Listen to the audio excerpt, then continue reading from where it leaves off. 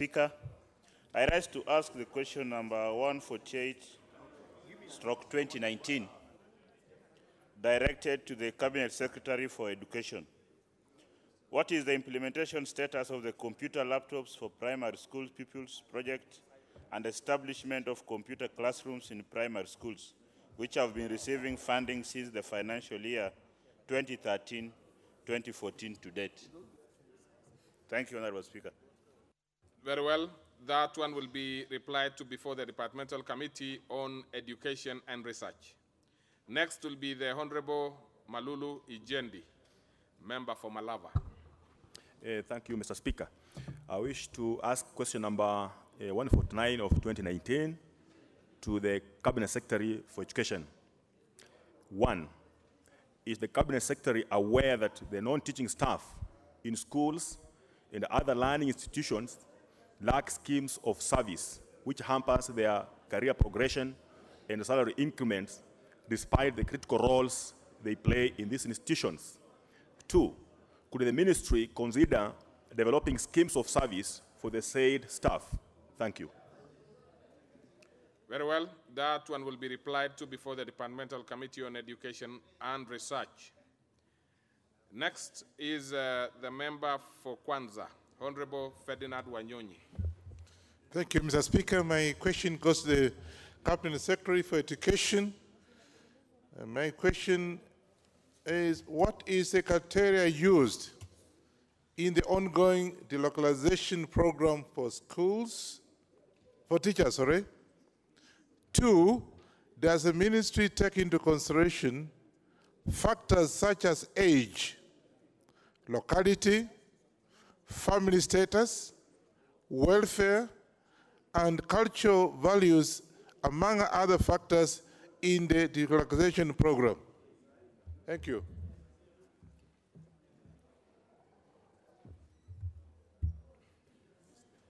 Okay, so that one will be also replied to before the Committee on Education and Research.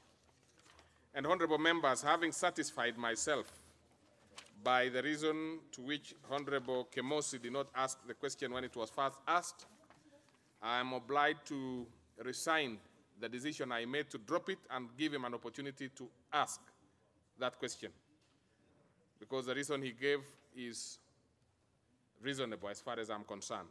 Proceed and ask the question, Honorable Kemosi. Thank you, Mr. Speaker, for allowing me to ask this question. Mr. Speaker, pursuant to provisions of Standing Order 42A5, I rise to ask question number 143/2019 to the Cabinet Secretary, Transport, Housing, and Urban Development. Could the Cabinet Secretary provide details of roads upgraded to bitumen standards in Kisii and the Nyamira counties, which were budgeted for in the financial years 2013-2014, 2014-2015, 2015-2016, 2016-2017, and 2017-2018? Thank you, Honorable Speaker. Okay, so that one will be replied to before the Departmental Committee on Transport and Public Works and Housing. What is it, Honorable Iringo? What is out of order? I just made the decision to give Kemosi because he gave a good reason why he was not in the House. Is that what is out of order? What is it? Mr. Speaker, no, I'm not saying that the honourable member is out of order, but Mr. Speaker, I seek to seek your indulgence and give guidance to this House, Mr. Speaker. Mr. Speaker, I feel I should express this one to this House, where we have a member of this Parliament trotting from radio station to the other one, abusing members of Parliament, saying that we queue to be given money so that we can pass motions in this Parliament, Mr. Speaker. Mr. Speaker, yesterday the same member of Parliament was in a Kimeru vernacular radio, and he was speaking in Kikuyu and Kiswahili in a Kimeru radio. I was listening, and he sent Meru MPs go to queue for in a certain office of a senior executive in this country to get money on Fridays, and that's why we are supporting that person, Mr. Speaker. Mr. Speaker, it's set, you know, I think I'm seeking your guidance. If that member can be conned and substantiate those things which you sent yesterday in the radio, Mr. Speaker. Mr. Speaker, I am Johnny Cheke Mzee, and I'm very honest in my works and in my living. And I never solicited funds from anybody. And that was total abuse. Mr. Speaker, it was really abusing my integrity and the integrity of the Meru MPs by raising that issue in a Meru vernacular. Order, Mr. Speaker. Well, of course, I will give if we were here, I could have named him. I will give my advice. I will give my honest, my order. There will be no naming. Because if you do that, then you will be out of order yourself. Now, Honorable Iringo, you make very serious allegations. Now, unfortunately, as you may understand, I hardly would listen to the Meru station because I don't understand the language. Now, the advice that I can give you is that you have several avenues. Number one, you can report that matter to the Privileges Committee. That can be handled. You can as well also prepare a substantive motion if you have to discuss your colleague. Now, because whatever colleagues discuss in the media is different. They can do it without any motions. But in the House, when you want to approach it, you will have to approach it in those two methods I've asked you to. Well, there are many avenues, but the most critical avenues are the two that I've given. Of course, I hear you, Honorable Iringo, because members should not discuss each other in press. It is actually conduct and becoming. But what is it, Honorable Macau? What is it? Thank you, Mr. Speaker, for giving me this opportunity. Mr. Speaker, there is a saying in English which says, in by the gun, out by the gun. I appreciate and I hear the honorable member. If the same member is in this house and he went to radio stations speaking Kimeru and Gikuyu, isn't it in order for him also to go to the same stations and tell the same Wananchi the same thing before he brings that substantive motion to this house, Mr. Speaker? Now, that one I will not even go that direction because what you're asking me to do is to advise members on their day-to-day behavior. Now, Honorable Iringo has made a statement that I've asked him and given him direction on what he can do. He can either go to the Privileges Committee or he brings a substantive motion so that he can discuss conduct of his colleague. Now, whatever else can be done in vernacular stations, hardly do we get to know what is happening there. Therefore, I will not even want to encourage members to go discussing each other at all. But I see so many members are interested in speaking to this. I don't think this is a matter that we need to open it. What is it, Honorable Dr. Makali? Yeah, thank you very see, much, if Honorable you keep Speaker. if you keep discussing the same thing, you actually give it unnecessary publicity. No, Honorable Speaker, thank you very much for giving me this chance. Honorable Speaker, I want to thank you for your direction in terms of the way forward. But even as you advise that, Mr. Speaker, I think, Mr. Speaker, this is a dignified house. And Mr. Speaker, the reason why we are called honorable members is because we actually honorable members. And Mr. Speaker, I want to request my colleagues who are honorable members, when you go to these media houses, please stop being carried away by that space. We have seen so many of our colleagues who spend their time there. They are in their houses now. They are not in this house. I think let's just be careful. These media houses are going to put you up there. They will bring you down one day. Please just be respectable. Say things can be justified, things you can stand for, and you also earn that respect. So even, Mr. Speaker, as you guide us, those who have that tendency of being there always, please respect honorable members. That's why we are called honorable. And I like what Iringo has said. Some of us have their own respect, and for many years. And we don't want people to go abusing honorable members there, just saying people get hongo. What is the kind of money you are given there? Mr. Speaker, I think we need to respect ourselves. Thank you, Mr. Speaker. That is, you summed it all, Honorable Makali Mulu. Honorable Dr. Makali Mulu, you have spoken like an elder. And I think that is the spirit. Members must respect themselves for them to earn respect. I still see there are members who want to speak on it. I mean, what is it, Honorable Kaduri? Murungi. But I have given my advice. Thank you, Honorable Speaker. Honorable Speaker, Honorable Kiringo has indicated that the Honorable member who was in the studios, in the Kimeru studio, mentioned Meru MPs. Mr. Speaker, it is only that the Honorable member is not here because he could really substantiate whether it is only the Meru MPs he is attacking or the entire House, Mr. Speaker. Mr. Speaker, because I've never been to any office, as you know me, my chair, Reason, I'm not known to be a solicitor of anything. And that is why I'm totally independent. And myself, I work between myself and God. I don't go through any intermediaries for anything, Mr. Speaker. So if he has really insinuated that, then, Mr. Speaker, he has really stepped on the wrong wire. Okay. Because, Mr. Speaker, I think we will leave it there. Because for sure, I will also partner with members Kirengo doing is that we are beginning to to discuss that motion together. like there is a motion. So, honorable members, we will leave it there. We will leave it there. Well, I'm not going to give any other member an opportunity unless it is something different.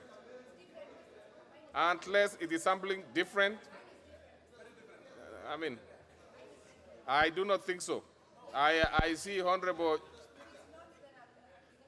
if it is not going to be different, Honorable Chege Wanjiro, and Honorable members, please be using your ordinary names because you keep changing names. Another time you call yourself elders, another time you are calling yourself Chege, another time Wanjiro, another time the name which the Honorable Leader of Majority was calling you, which I cannot be able to pronounce it from here. You know, please, I hope it is different. Because we are not going to discuss the same thing. That has been ruled. Thank you, Mr. Speaker. Just to be on record, my name is Maito Sabina Wanjiru Chege. Those are my official names, yes. Maito. Well, that is my official name. On record, we do not have many of those other names. Yes. So use the ones which are on record. Yes, which is Maito. Sabina. You Sabina can pronounce Wanjiru it any Chege. other way. You can call it Safina, Sabina, but those are the names that are on record. The one of Maito and Elder, we can leave it for another occasion. Thank you, Mr. Speaker. Mine, as I said, Mr. Speaker, is different. Mr. Speaker, you know we have honorable members of this House who have been given responsibility, either as chairs or vice chairs or members of specific committees. And Mr. Speaker, might be from the leader of majority and yourself and the leadership of this House, would like to get some direction on where it borders between the committee business and conflict of interest.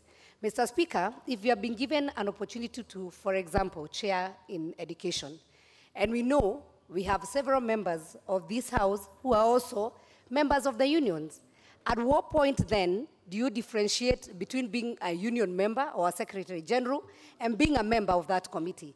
We know labor, also all the other committees, and Mr. Speaker also might be, if I am the chair of national cohesion, and I am again seen to be the person separating this nation, tottering from one church to the other, and also going to other media houses, Mr. Speaker, speaking on the same, I would ask, Mr. Speaker, where do we differentiate between the conflict of interest and the responsibility as a member of parliament of this House? The same thing. You are getting back to the same thing. You are getting back to the same thing. Conflict of interest? Well, that one, let's hear. What is it, Honorable Mbadi? Mr. Speaker, actually, my point of order was, I think we are spending too much time discussing local Meru politics, Mr. Speaker, instead of addressing national issues. I think it's high time we got back to the order of the day and utilize this time efficiently. Because you can't just take time of parliament and you mention ambiguous names. You are not even mentioning anybody. So what are we discussing? When you tell us there's conflict of interest, where is that conflict of interest? Why don't you just say, if it is unions, we know we have Sosion here, we have Mboko Mlemba here, we have Tomo Dege who have, yes. Why can't you, yeah, Mwambilianga is here, You would just mention them by name, and then you tell us where there is that conflict of interest, and we deal with it. And by the way, even raising conflict of interest is something that should be tied to some motion. You don't just wake up one day and start raising conflict of interest, which is not before us, Mr. Speaker. So well, I think we are misusing the time that Kenyans have given us. I'll give the Honorable Leader of Majority, of course, but raising an issue of conflict of interest is actually a matter that can be seized of the House, really, easily. Because if members are having conflicts of interest, they must declare them. If they don't, there are avenues which the House can use to resolve that matter. But let me hear, what is it, the Honorable Leader of Majority, now that the Leader of Minority has said something?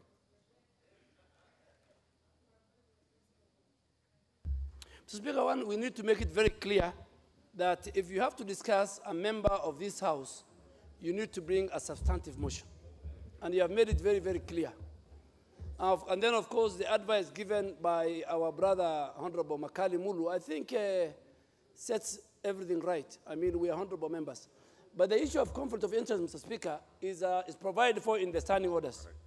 And we must bring evidence. And I think there's an incident I have just heard on the radio that happened yesterday in the Education Committee.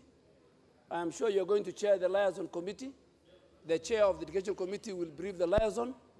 And I think when we bring the issue of conflict of interest, we must also bring with the evidence so that the speaker, the substantive speaker, then can make a communication and direction on the way forward. But from chairs to vice chairs to individual members, the element of conflict of interest, Mr. Speaker, is well grounded in our standing orders and in the Constitution.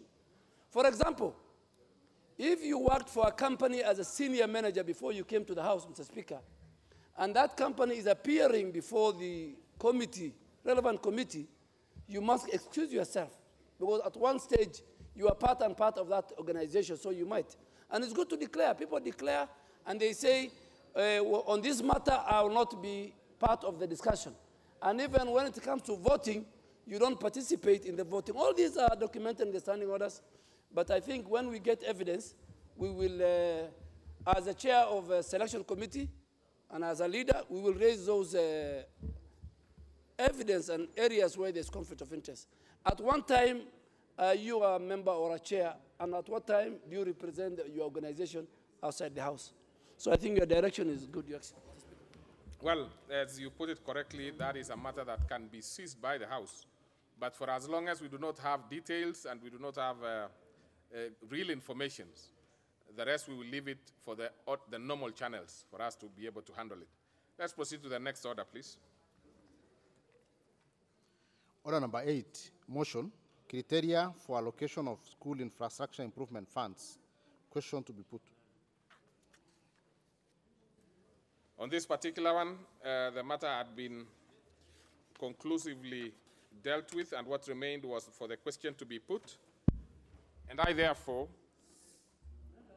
order members, I put the question, which is that, aware that Article 53(1)(b) of the Constitution provides that every child has a right to free and compulsory basic education, further aware that addition to providing free compulsory education, the government is implementing free tuition secondary education, appreciating the government's policy of achieving 100% transition of pupils from primary to secondary schools, concerned that this policy has resulted in a stretch and strain of schools' infrastructure and facilities as a result of the large number of students admitted to secondary schools, cognizant that there is a strong evidence that adequate high-quality infrastructure facilities, better instructions, improves students' outcomes, and reduces the dropout rates among other benefits, further cognizant that day secondary schools could be key to ensuring widest access to secondary education, especially for students from humble background, due to their reduced cost in comparison with boarding schools. This House urges government to ensure that at least 70% of the total funds allocated to secondary schools infrastructure improvement program is allocated to public day secondary schools to cater for improved infrastructure, and further that these funds should be allocated as capitation grant. Will as many as of that opinion say aye? Aye. Many as of a contrary opinion say nay. The ayes have it. Next order. Order number 9, motion. Policy for recruitment and remuneration of village elders. Very well. This one, we expect the Honorable George Murugara to move, and you proceed and move it, Honorable Murugara. Thank you. Thank you, Mr. Speaker. I move the motion appearing as number 9 on the order paper, Policy for Recruitment and Remuneration of Village Elders. That aware that village elders play an integral part, an integral role in the functioning of the national government at the village level by assisting chiefs and assistant chiefs in facilitating national government services, including promotion of education, handling security issues, solving disputes, promoting development initiatives and social services in their villages through the Nyumba Kumi initiative, concerned that these officers discharge these important duties without any facilitation by the government, acknowledging the need to appreciate and motivate these village elders for the services rendered, cognizant of the resolution of the House of July 28, 2016, urging the national government to consider giving a monthly or annual honorarium to village elders as a means of appreciating their services and encouraging their dedication to the community. This House further urges the national government to formulate and implement a policy on the criteria for recruitment and remuneration of village elders. Mr. Speaker, this is a motion that has been born out of the concern this House has for basic administration unit of the government, which is to be found in the villages. It is important we know who these village elders are, because in every village you will find the first person who deals with the government matters being a village elder. However, it is not clear how these village elders are recruited, and it is almost certain that none of them gets paid by the government. The village elders are variously known as area managers in some areas. Other people call them sub-areas, and they're also given other traditional names depending on where each member comes from. We have the Nyumba Kumi initiative, which is an initiative of the government to try and bring order and rule of law in the villages by an organized group that would consist of cells of about 10 households. These are headed by village elders. The village elders are in charge of villages, and as we have said, they discharge very important duties. It is also very important to draw a distinction between the village administrators who are found in the County Government Act, the County Governments Act, village administrators and village elders. And that distinction is that in most counties, it is quite clear that the village is actually the location, and therefore the village administrator takes the rank and role of a chief in the county governments. However, in the case we have before the House this morning, we do have the villages themselves as they are known, and this is where these elders are found. Now, what role do these village elders play, and why is it important to appreciate them and, if possible, remunerate them for the work they do?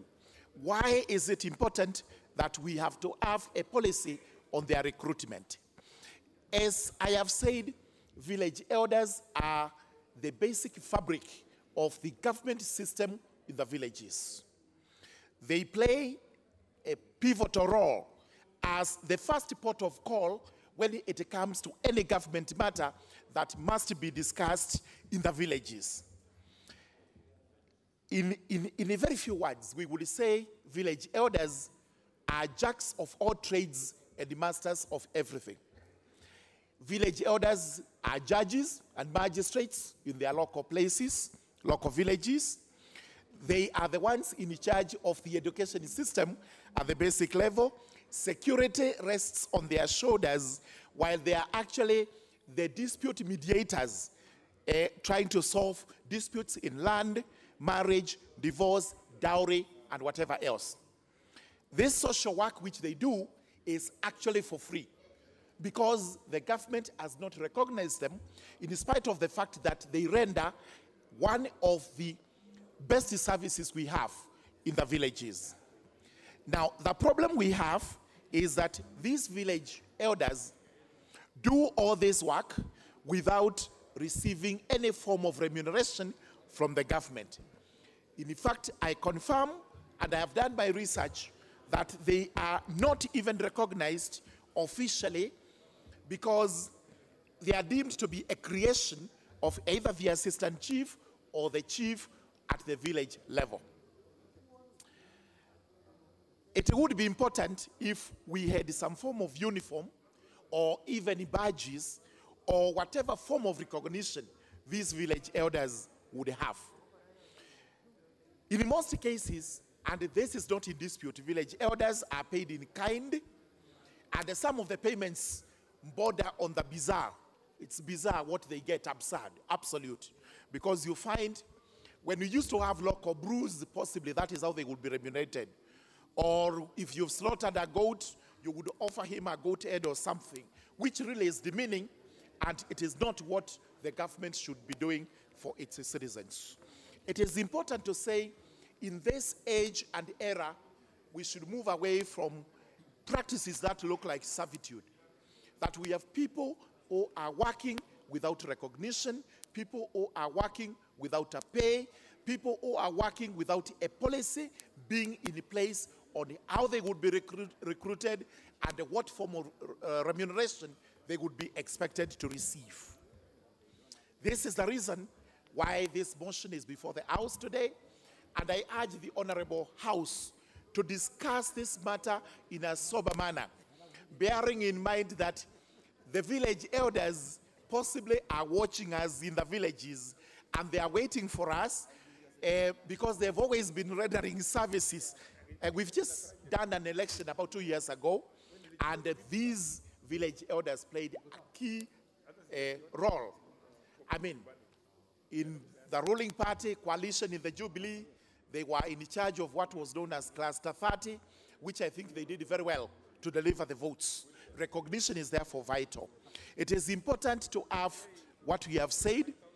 If we can give them uniforms as a form of motivation, boots and badges, or whatever else can motivate these men to render their services. Those who have done history would recall that there used to be an emperor in France known as Napoleon Bonaparte, who actually had this clarion call that men are led by toys. And the toys were actually the medals that they are given when they do well. The net effect of that was to recognize a person who has done a good job. That person is likely to be motivated. Therefore, it is through this motion today, I do call upon this Honorable House to pass a resolution that village elders would actually be recruited and remunerated through a policy and a formula that is going to be put in place by the government of the Republic of Kenya. Let us appreciate that village elders do serve the country dedicatedly. In fact, as I said, they are the first port of call. Whenever there is a problem in the village, you do not go to the chief or assistant chief first.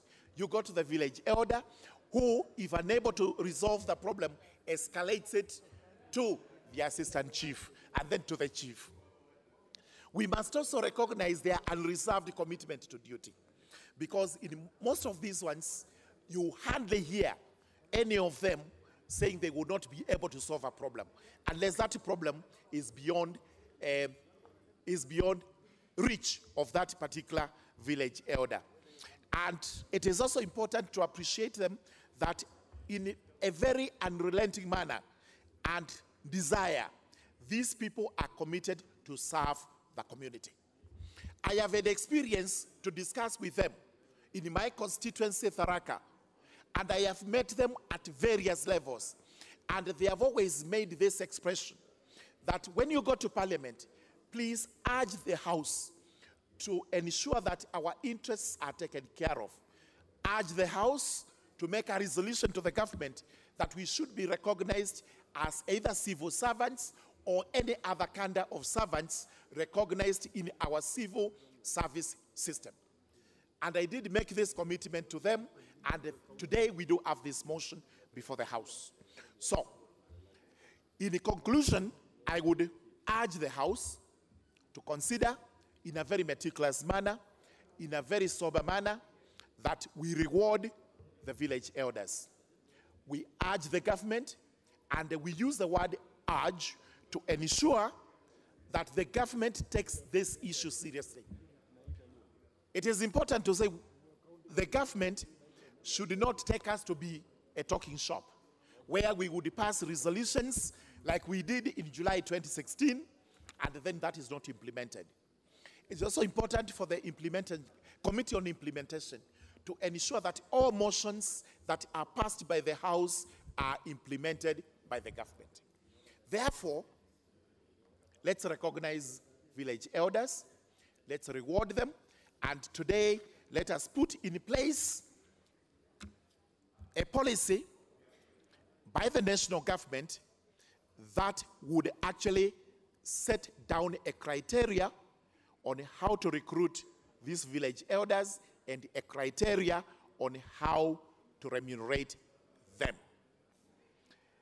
With those words, I do move this motion, and I call upon my colleague, nominee 001, to second. Honorable Sankok, David Sankok. Thank you. Thank you very much, Honorable Speaker, for giving me this opportunity. And thank you very much, Honorable Member, who have just moved this very important motion. From the onset, I do second this particular motion because it's a motion whose idea, the time have come. Honorable Speaker, the country, by using Nyumba Kumi elders without paying them or even recognizing them, is a type of modern-day slavery. Because, Honorable Speaker, these elders, apart from being our senior citizens, they take roles that sometimes it borders on miracles, especially when there are family conflict, divorce, and so on. I don't know how miraculously they work and bring all these people together. Honorable Speaker, they are the same people that we use through provincial administration when it comes to matters of security. Honorable Speaker, because they know each individual in those particular villages. It is only noble for us not to urge, but to demand that the government at least pays them something and recognize them. Honorable Speaker, and so simple, to remunerate these people or to pay them something small, because we have a lot of government projects happening in the village level. And those that we send to go and supervise those projects use a lot of money in terms of allowances per DM, and this money can be given to these village elders instead of people from Nairobi monitoring some projects and funds that the government, the national government, give to the people. Honorable Speaker, I have in mind funds like cash transfer, which we need to monitor on almost weekly basis.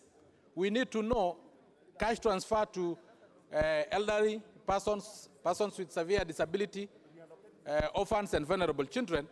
We need to know the economic status of those who are benefiting from this fund. If the economic status have changed, then they are removed from the list. And if those who have lost their lives, then they are removed from the list, Honorable Speaker.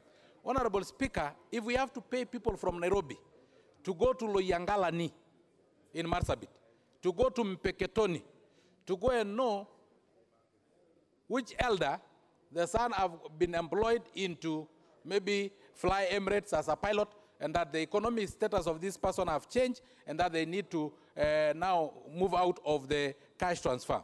If we have to send people to all the way to Bondo to go and know who in the beneficiaries of cash transfer, how many people have died, so that we can replace them, Honorable Speaker, we could use... Honorable nominee 001, actually Honorable Sankok. You know, the rules of procedure demands that we do not get into other matters outside the motion. You might actually end up confusing the membership. So let's avoid the issue of you going to Bondo and coming back and going to other places.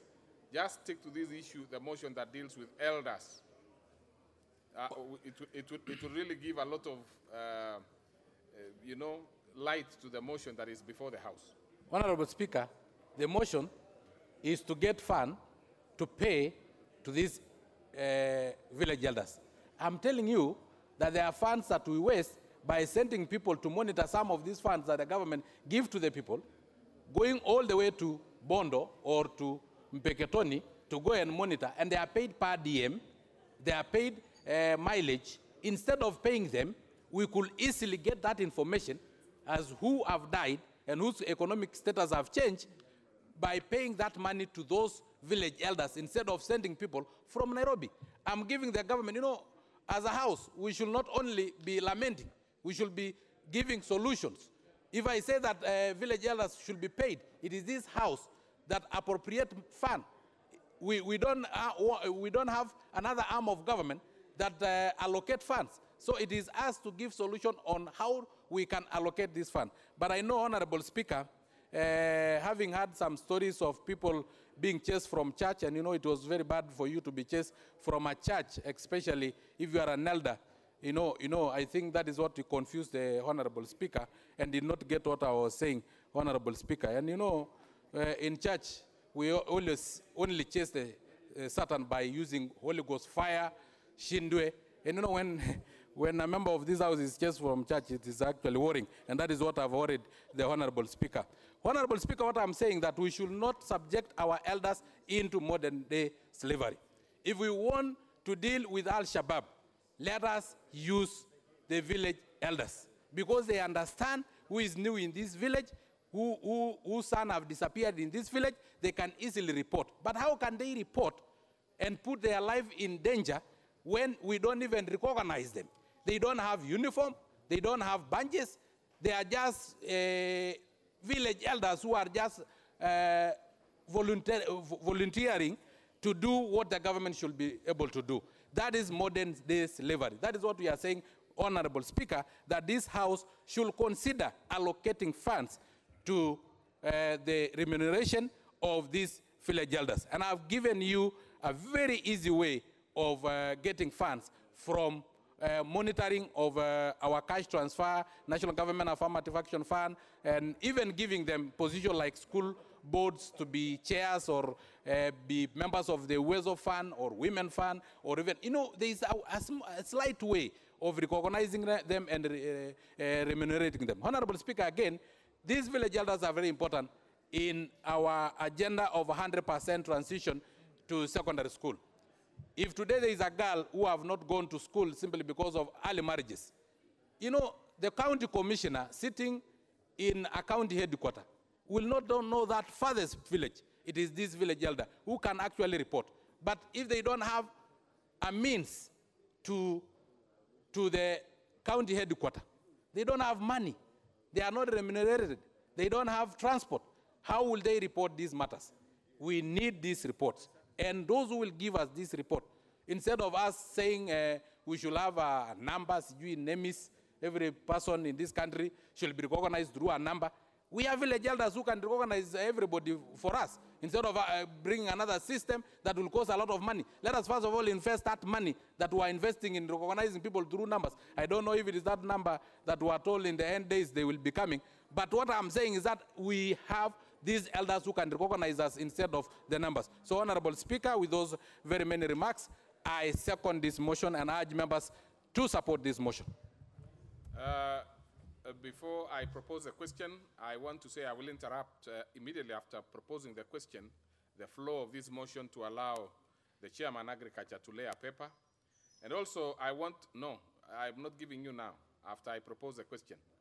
And also to take note that I've been a member of this House for a very long time. And it is the first time I have seen a person who is seconding a motion speaking for a longer period than the person who is moving it. So you have gone on record, the Honorable nominee 001, as the first member who is seconding a motion and has spoken longer than the one who is moving it. It is not normal. Well, but I'll proceed and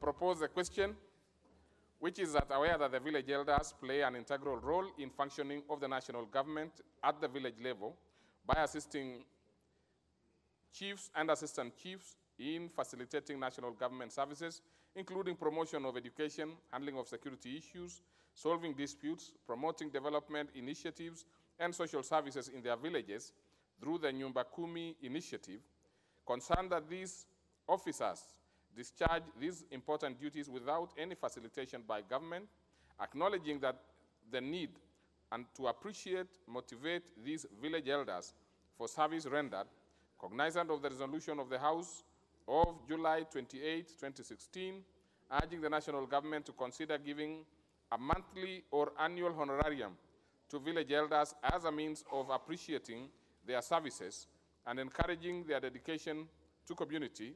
This House further urges the national government to formulate and implement a policy on criteria for recruitment and remuneration of village elders. Now, before I give members to contribute to the motion, I will start with I'll give an opportunity to Honorable Abdullah Sheikh, member for Mandera South, who is also Chairman Agriculture, to lay a paper. Thank you, Honorable Speaker. I'm actually Adan Haji Ali, not Abdullah Sheikh. Sorry, Adan Haji. Thank you, Honorable Speaker. Honorable Speaker, I beg to lay the following paper on the table of the House today, Wednesday, March 27, 2019. Report of the Departmental Committee on Agriculture and Livestock of the consideration of the Senate Amendment to the Irrigation Bill, National Assembly Bill number 46 of 2017. Thank you. Very well, Honorable Adan Haji, and sorry for that. Of course, I know you as a very active member of the Liaison Committee, which I chair. Now, I see many members who want to speak. What is it, first of all, what is the issue, Honorable Osoro? Mr. Speaker, I stand on the relevant standing order in regard to the time allocation for every speaker on this very important motion. Mr. Speaker, aware that we are having several private members' motions today, and being the last day for this trimester's House business, I propose, Mr. Speaker, that we limit time allocation for every speaker to 3 minutes per speaker, and for this motion, so that we are able to cover the whole, all the motions that we have for the private membership. Okay. The relevant standing order is 97.3, of course. And the business that I have first, I have satisfied myself that you have asked for it at the right time. Because for members who want to refresh their memory, Section 97.3, the heading being limitation of debate, reads as follows: a motion under paragraph 2 shall not be made in the course of debate to which it refers to, unless it's moved. You move it at the right point. That is at the beginning of debate anyway. So you have, I satisfy myself that you've done it at the correct time, And therefore, I proceed to put the question, which is that the members be limited to 3 minutes in contribution to this motion. Will as many as of that opinion say aye? Aye. Many as of a contrary opinion say nay? The ayes have it, and 3 minutes it is. So we will start with the Honorable Injendi Malulu. 3 minutes. 3 minutes. So thank you, Mr. Speaker. I rise to support this motion strongly. This is a motion I also had in the last parliament. It's a motion I developed a bill on, and therefore it's really a motion that we have to support, a program that we have to support. Mr. Speaker, we realize when we look at the County Government Act of 2012, they have listed the officers right from the DC or DCC, who in this case is called sub-county administrator, up to the village administrator, to the village elder. And all these persons, we have specific roles they perform, and these persons have to be paid. And Mr. Speaker, I can tell you for now that the county government has managed actually to recruit up to the person they call community administrator. So in the next financial year, they are recruiting village elders, Mr. Speaker, whom they will remunerate.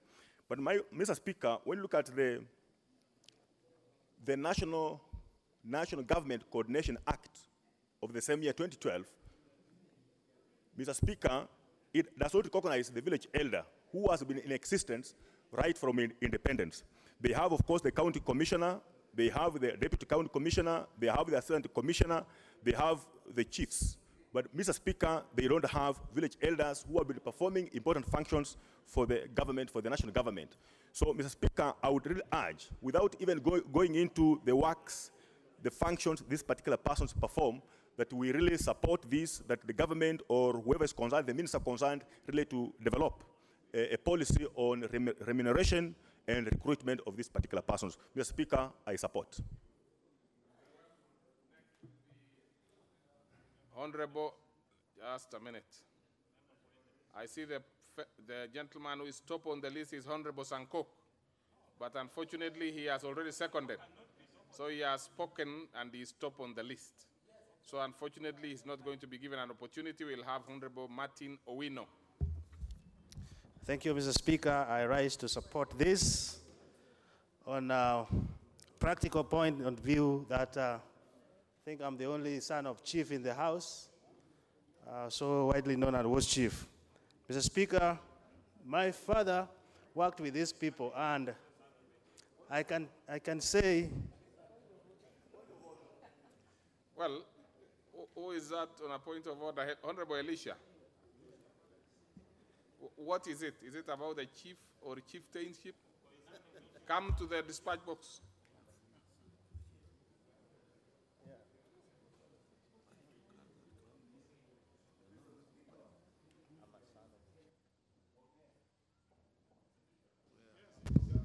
Mr. Speaker, is it in order that the Honorable Wino can talk Luo in this house by referring to himself as Wood Chief? Thank you. What did you say again?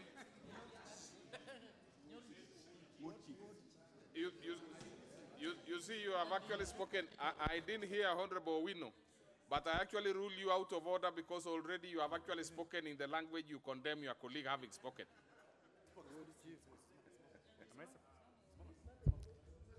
I think he has just repeated what I said. It's a name, Wood Chief. Mr. Speaker. Mr. Speaker, protect me from these honorable members so that I can say my point. I hope that is not out of my time, Mr. Speaker. Proceed. You're actually wasting it yourself. Thank you. I want to thank Honorable George. This is a very good motion. I understand it was here before, but due to technicalities of putting these people on payroll and wanting them to be under the age of retirement was not possible. But I think what we are asking here, Mr. Speaker, these people are doing a very important job that they could be considered for honorarium and also maybe monthly stipend. I think that is in order.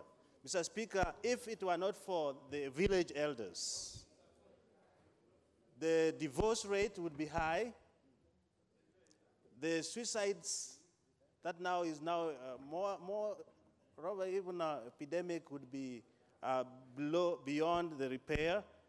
Court cases. Mr. Speaker, I can recall one incident when my dad handled 2 people, domestic violence. One came from the other gate and another one making noise. After villagers' intervention. The problem is you are speaking about chiefs and we are speaking about village elders. Yes. But proceed anyway. How important they are to the chiefs as well, Okay. Mr. Speaker. Because of their intervention, the village elders, I don't know what Honorable Ngwenyi is after, but because of their interventions, many households have saved money, and that have reduced poverty considerably. Mr. Speaker, I think we don't need more criteria to select these people, because usually in the traditional order, you become an elder because of the command of respect you have in the village.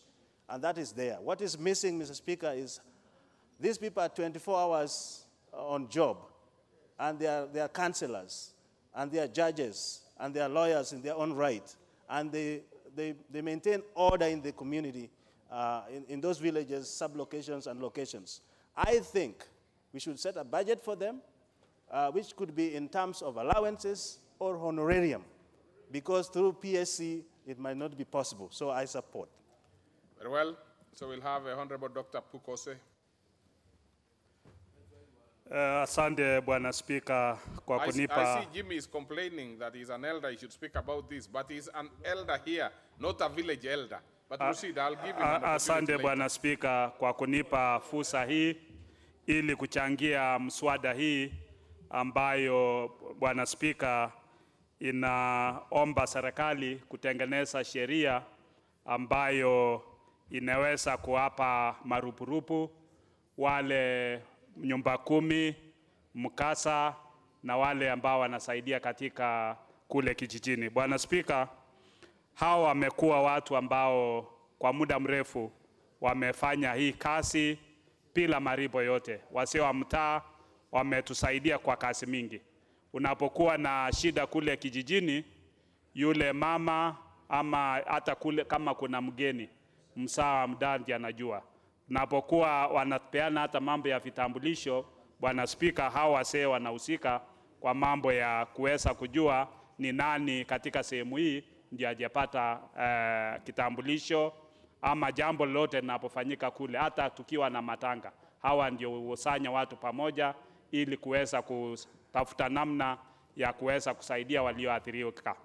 Bwana Speaker, ni fursa nzuri kwa sisi kama nyumba hii ambayo inaheshimika bunge letu la kitaifa kuangalia kwamba hata tunapotengeneza, serikali itakapotengeneza sheria ya kuweza kulipa hawa wasee wa mtaa na nyumba 10 na wakasa, sisi pia tuweze kuangalia kwamba tunatengeneza katika budget ili kuweza kuhakikisha kwamba hiyo mambo inatendeka, kwa sababu ikiwa tu tunaongea tunasema wakasa na wasee wa mtaa na nyumba 10 waweze kulipwa bila sisi wenyewe kuchangia kwa kuhakikisha kwamba tunapotengeneza bajeti ya nchi yetu tunaweka marupurupu, ndeni itakuwa ni kazi bure.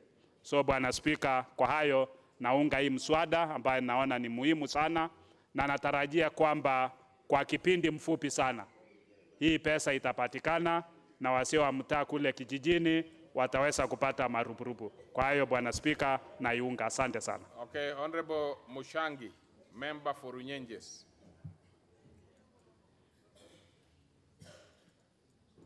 There is a problem with your mic because I'm giving you and it's not indicating that. So you may go to the next one.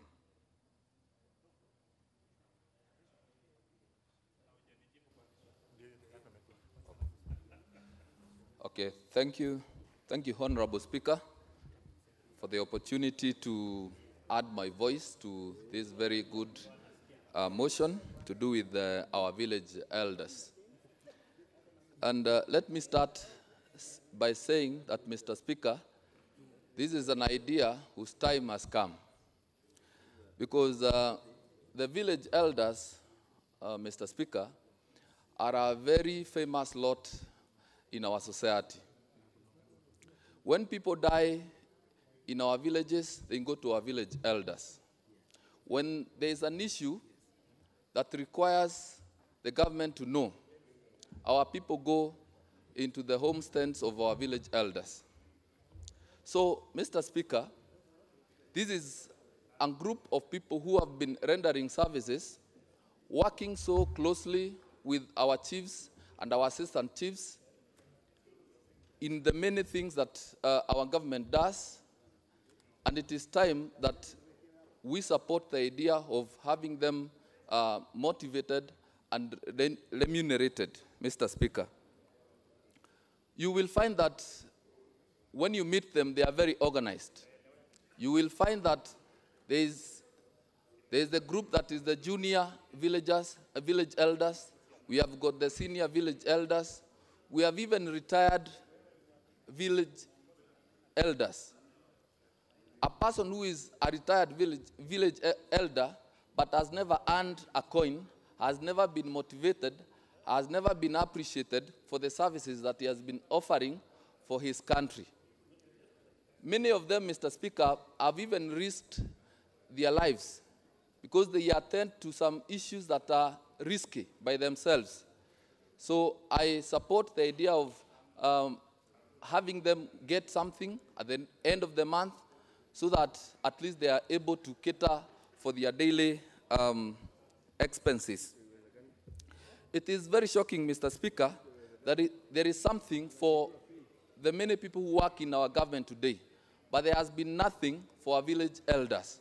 And it is time we remember them, we support the idea of having them get something at the end of the month. Thank you, Mr. Speaker. Honorable Agoi Masadia. Thank you, Mr. Speaker, for giving me this chance to contribute to this important motion of the remuneration of village elders. Mr. Speaker, I also want to say that I have not had a chance to speak in this house for a while.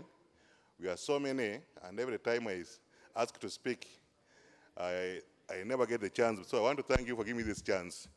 My people in Sabata may think that I am not a good speaker.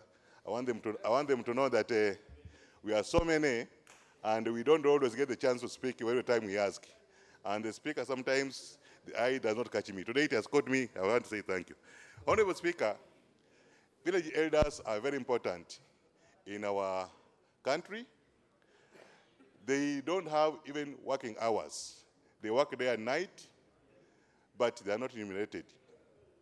Here, Speaker, we have been told that MPs are getting a lot of money and they're not working, but the elders are the ones who work even more and they're getting nothing.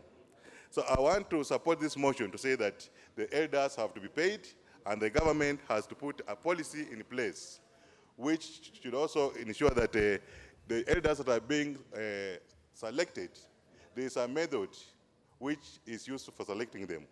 These elders, they handle all manner of problems. When it comes to education, we depend on elders to get the problems that are on the ground and help for the students. Right now, we have serious cases of defiling. We have serious cases of students who have to go through transition, 100% transition, according to government policy.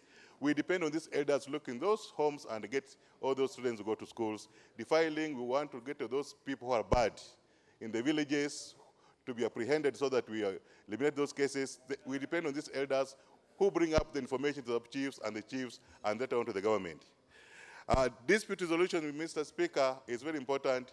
Domestic issues in the homes, they are the first people who solve these problems, and those problems are many because of the lack of resources in these families.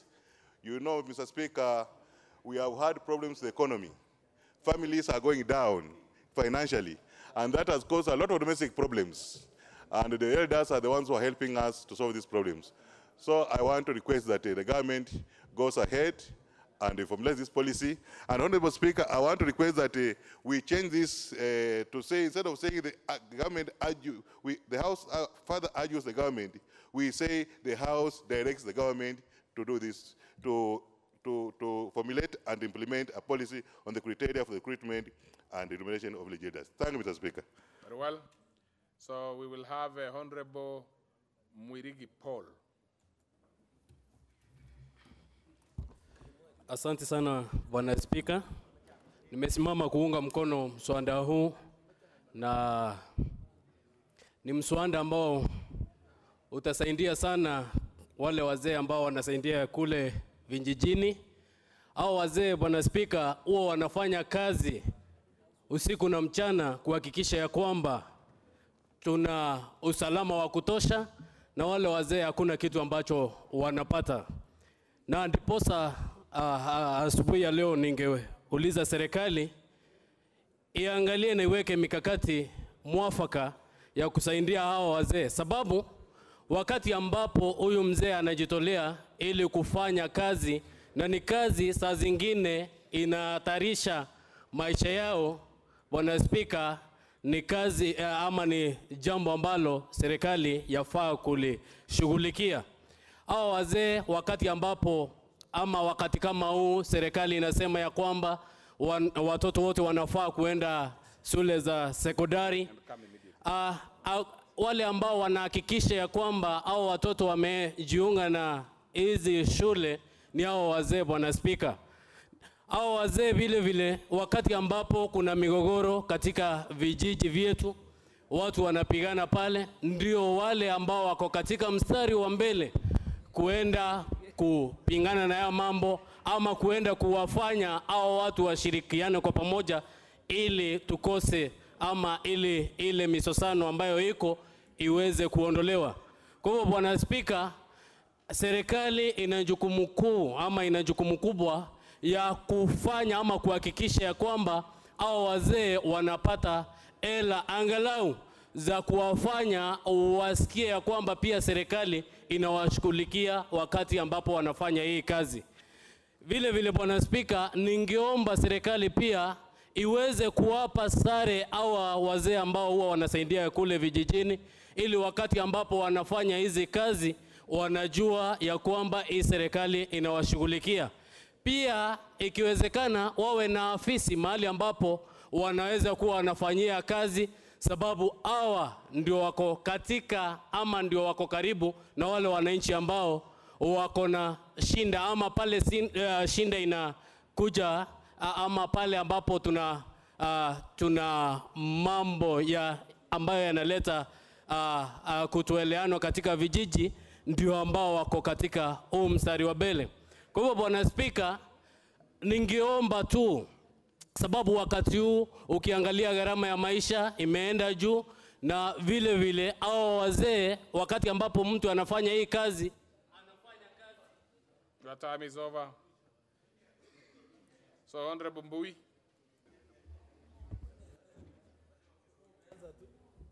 Thank you, Mr. Speaker, for this opportunity. First, I want to thank the Honorable Murugara for this motion. Sorry, popularly Honorable known as, Member George. for Chebalungu.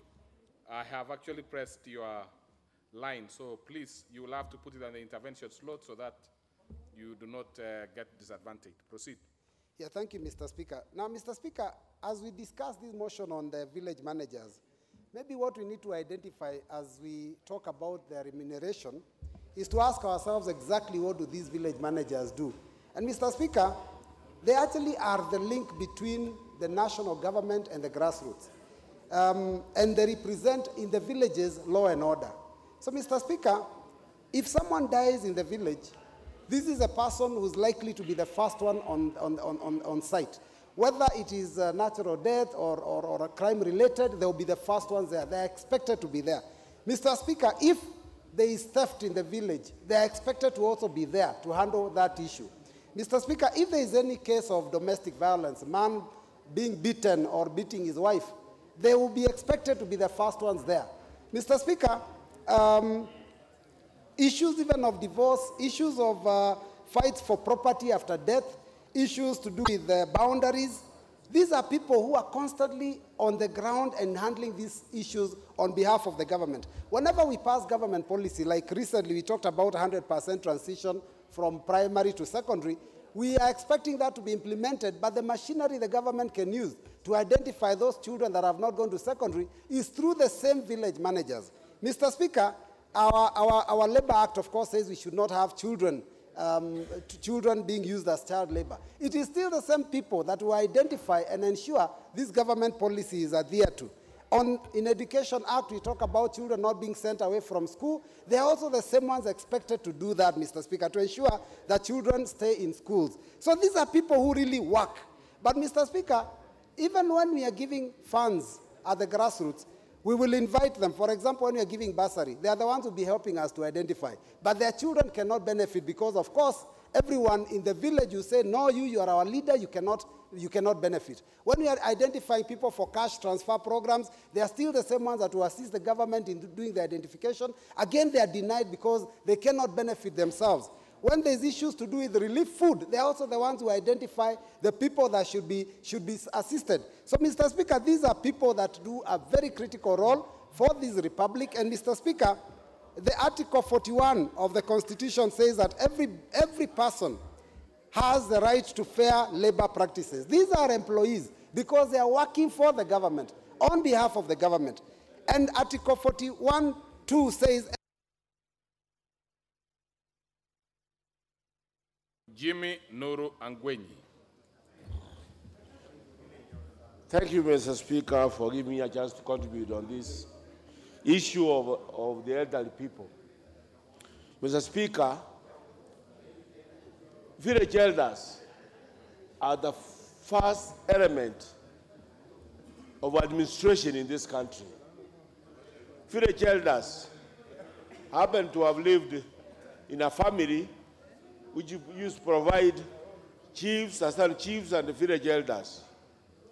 And those days, village elders were really appreciated by the community to the extent that they will be taken, goats will be taken to their homes for their consumption, chicken will be taken to their homes, wimpy will be taken to their homes, but that doesn't happen anymore, Mr. Speaker. Mr. Speaker, village elders are the ones who solve land issues, especially where I come from, and there are many land issues. Before they can get to the courts, most of them are solved by the village elders. Village elders are the ones who can identify youth that are being radicalized to join terrorists, for example. Village elders are the ones who participate in the marriage ceremonies, so they can identify this child is below the age of marriage. These village elders are the ones who know the issues affecting our people at the grassroots. And we passed a motion of this type 3 years ago. I'm glad my colleague George was able to revive this. And this time, when we make a resolution that the village elders should be paid maybe a minimum of 10,000 shillings a month, they should also be given super NHIF so their families can enjoy some medical services, some health services. They can be given some form of uniform so they can easily be identified. Actually, we don't even have to find out to set a system how they are recruited. Village elders are recruited by the families concerned. They are the ones who decide so and so will be a village elder, and they listen to him or her. So, Mr. Speaker, let us pass this motion and make sure that a budget for village elders is included in the next budget, which is going to be read to us next month. Those few remarks I beg to support. Honorable Owino said that he's the only son of a chief in this house, and I agreed with him, because Honorable Jimmy Angwenyi is son of a senior chief. So there's a difference between a chief and a senior one. Now, Honorable Abdullahi Sheikh. Thank you, Mr. Speaker. I think I want to talk about the importance of chiefs. I think that cannot, every member or every Kenyan knows the role and the functions of an elder. As much as they play a very critical role, and we all agree that they need remuneration. But, Mr. Speaker, This house is National Assembly. We also have the Senate. The aspect of village administrators or elders is catered for in the County Governments Act of 2012. It's already there. So why are we having all this time debating on an issue that already exists? It's already passed. And if you look at the county governments, they have already recruited up to ward administrators. What is remaining for them to do is village administrators or village elders for this matter. So is it a matter for this house to really dwell? And I want your guidance, Mr. Speaker, on this, that why are we talking something already catered for in the County Governments Act? Why are we urging the national government to do remuneration for the village elders and the village administrators? Their work and their role is superb. The society needs them. But is it not the Senate that is supposed to enforce and say they need to be recruited? So it is not the function. I mean, it's a function of county government because it's in the Act. County Governments Act of 2012 specifically talks about the role of village administrators. They have not been recruited. Now I am sure you are completely talking about a complete set of people. The village administrators, as per the County Government Act, are completely different. No. And they are remunerated. They are paid. Now, so the ones we are talking about are the village elders under the national government. So, Honorable. Thank you. Mr. Speaker, as I speak to you, the village administrators in most of the counties have not been employed or deployed yet. So we are having a set of saying we are village administrators and then we are village elders. You know, either way, I do not want you to confuse the two. The ones for the county, if it has to be brought, it should be brought separately.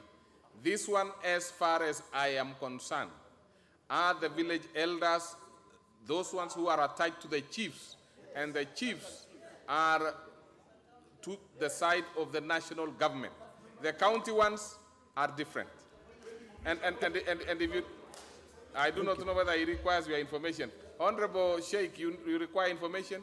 Thank you, Mr. Speaker. You require any information?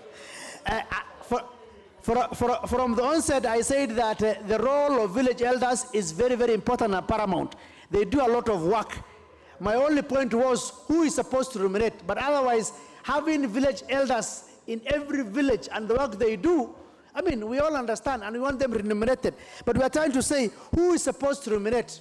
So that is the only part that we are talking about, and that is great. Thank you, Mr. Speaker. So the most important part is that let them be remunerated, but it's good to have clarity on who is supposed to do it. But if there are village administrators that exist in the National County Governments Act, then the village elders, as this House urges the national government to absorb, then I think that is a good idea. It's something that has taken too long for us to really take care of them, and I support the motion that village elders be remunerated and be absorbed by the national government. But that kind of clarity of where the funds are supposed to come from needs further guidance. I support. Thank you.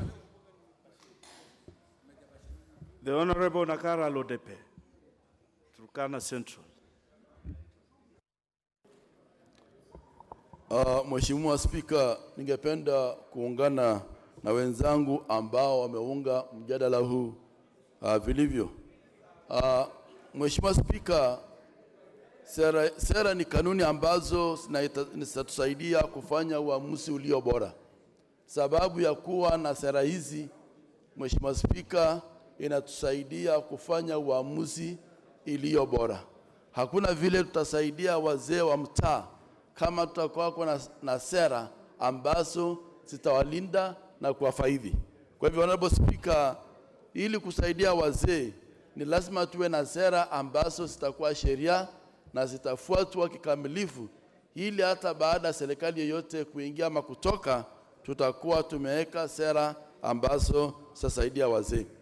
Mheshimiwa Spika, tunahitaji sera ambazo zitakuwa sheria ili serikali ijibike kwa ajili ya wazee. Tusipokuwa na sera, itakuwa ngumu hata kufanya serikali kujibika. Na hiyo ndio sababu bunge hili lazima itengeneze sera ili serikali isipolipa wazee, tunaweza kuwapeleka kotini, tunaweza kuwaita, kwa sababu tutakuwa na sera ambazo tumeziweka. Sera hizi zitashughulikia mahitaji yote ya wazee, kwa sababu hawa wazee wanafanya kazi kubwa sana katika vijiji vyetu. Hawa wazee ndio hakimu katika vijiji. Hawa wazee ndio wanatoa uamuzi ulio bora. Hawa wazee ndio wanaweka amani katika vijiji. Kwa hivyo hizi sera ambazo tunasiweka katika bunge hili lazima siwe sera ambazo zitasaidia hawa wazee, kwa sababu sio tu fedha peke yake, bali tunataka pia serikali can do. We can only have one member speaking at a time. So just relax. If you get a chance, you will be able to say something. But we'll move swiftly on to the Honorable Njiru Mushangi, member for Runyenjes. She has spoken. Very well. We shall now have the Honorable Wamalwa. Thank you, Mr. Speaker. Mr. Speaker, from the onset, I do support this motion. But the critical issue is this, Mr. Speaker. This motion was in the 10th Parliament. It was in 11th Parliament. Today is in 12th Parliament. Is it in order, Mr. Speaker, as we move on, for Parliament to be legislating in vain? Because, as far as I'm concerned, this matter is at the implementation level. And again, it will be, if at all a motion was not implemented, Mr. Speaker, I think it's the time now to move to the bill. And it will be nice, Honorable George, to move ahead and look at the Chiefs Act. Maybe if we can do it in a form of a bill, Mr. Speaker, it will add value. Because we can't keep on repeating the same motion and we're not going anywhere. It is wastage of the Parliament's time, Mr. Speaker, and we cannot continue legislating in vain. The Honorable Amandua, although you are saying sensible things, you are out of order. Because this particular motion was approved by the House Business Committee. So it has its considerations for listing it down. But the direction you are taking that these particular matters that we're discussing here would be better served if the proponents were to come up with a bill so that it can have the authority of an act. I think you are capable of sitting down with the Honorable Mrugara, who is a senior advocate and who knows these things, to come up with a way forward that will be more useful to all of us. Thank you. Thank you, Mr. Speaker. But as we move on, Mr. Speaker, ordinarily in this House, when you bring up a bill and a similar bill had been passed, you are advised not to. The same precedent should apply when it comes to motions, so that there must be a framework whereby if a motion had been passed by the floor of the House, you don't have to bring back the same motion. This is what happens when it comes to bills. And this will help us, Mr. Speaker, in moving forward. Of course, we do agree that the village elders play a very critical role. In fact, when it comes to matters of family conflicts, issues of government policy, be it the Big Four agenda, when I go to my village, I hear the village elders talking about this issue of the Big Four agenda. We are talking about now the NIMS, the National Identity Integration Management System, the Huduma number, talking about the census. The chiefs, the village elders play a very critical role, and indeed, they should be given a honorarium or they should be remunerated. I think the best thing, we should move with speed and maybe look at the act, particularly the Chiefs Act, so that we can follow through. And my cue, this is a money bill. So we need to work out to the budget committee so that we can be able to demonstrate the Honorable Ngatha.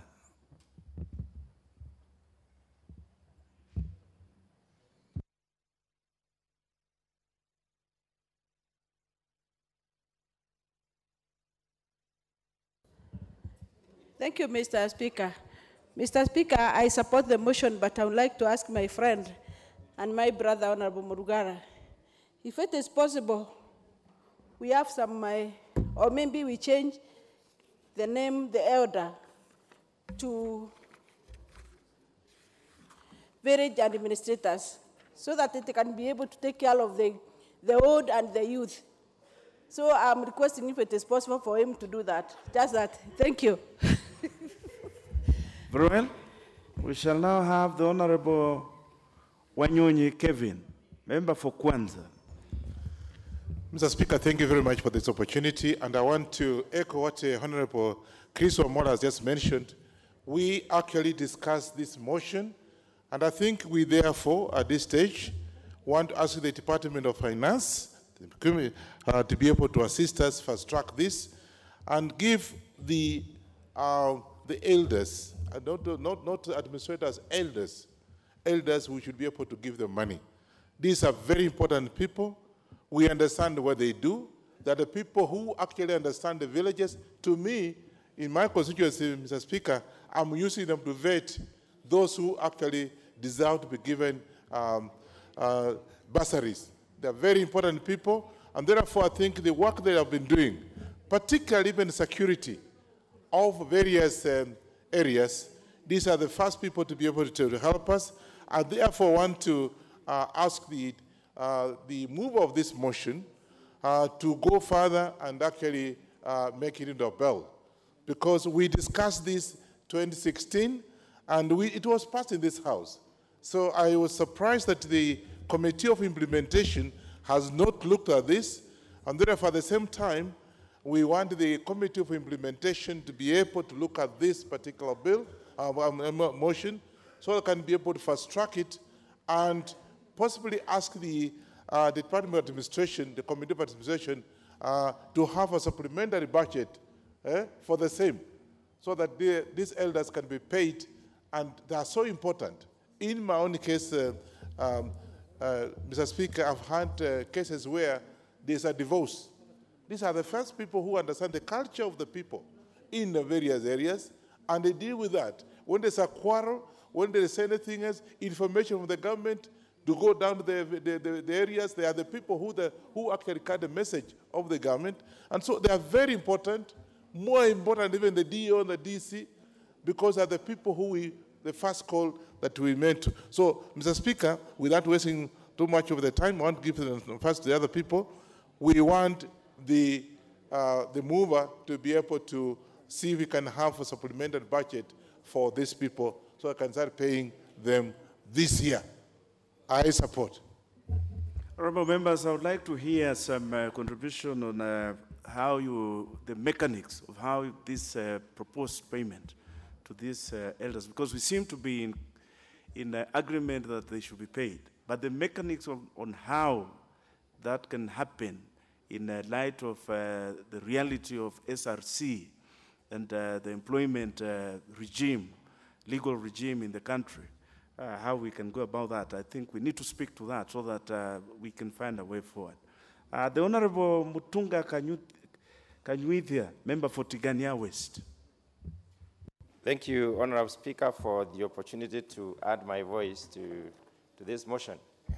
Honorable Speaker, we cannot have development unless we reach the people properly. And in reaching the people, we need to hear their ideas. The only way we can be in contact with the people is having these village elders involved in development and ordering of this country. So the Kenyan economy will not grow if we do not do that. Honorable Speaker, concerning the mechanism, we need to be able to recognize the positions of these people, in other words, their backgrounds in terms of their schooling levels. We also need to recognize their experience in terms of what they have done in their life, and therefore recruit them accordingly. Honorable Speaker, they are important people in the sense that where Nyumba Kumi is working, we have security. Where Nyumba Kumi is working, we have order. Where Nyumba Kumi is working, we have people moving in progressively in development. So the mechanism should be basically for identification and positioning these people, and also recognizing them in terms of remuneration. We need also to be able to motivate them so that they can continue working well. Honorable Speaker, I can bring experiences from my own constituency, Tigania West. We have lost some very efficient and very well-organized Nyumba Kumis because the leaders have not been organized. I mean, they have not been recognized. The best Nyumba Kumi could even organize our events during the campaigns. But unfortunately, they are no longer there because the leaders have not been recognized. So, Honorable Speaker, we need some standards as well. Without a mechanism, we may not have the standards for remunerating these people. Today, they may be treated through skewed standards, and some of those standards, some of those elders are also involved in recruiting others. Where we need, for instance, where I come from, there is need for NPR recruitment. They are the ones who identify the best personnel to be put as national police reservists, and therefore they need to be people who are soundly grounded in the community, and therefore they need to be willing and ready to do their work. The best people, Honorable Speaker, value themselves, they value their time, and they value contribution to their development. So without recognition, they may not be able to take up this responsibility, as it were. Honorable Speaker, I support. The Honorable Adagala.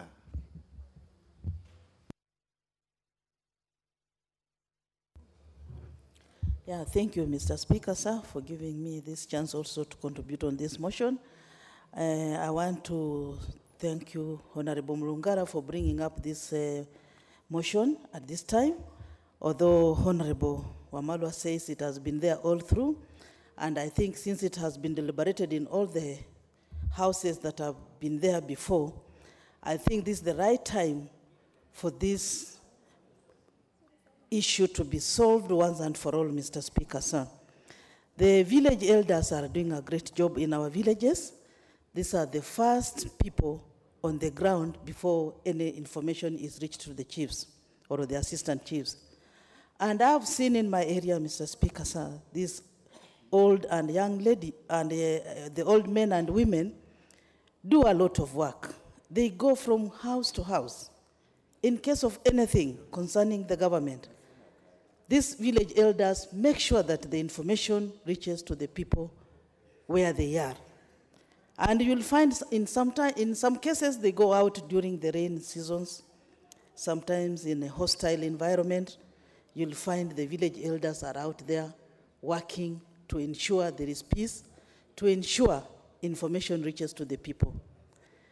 Mr. Speaker, I would argue the government to make sure that they facilitate.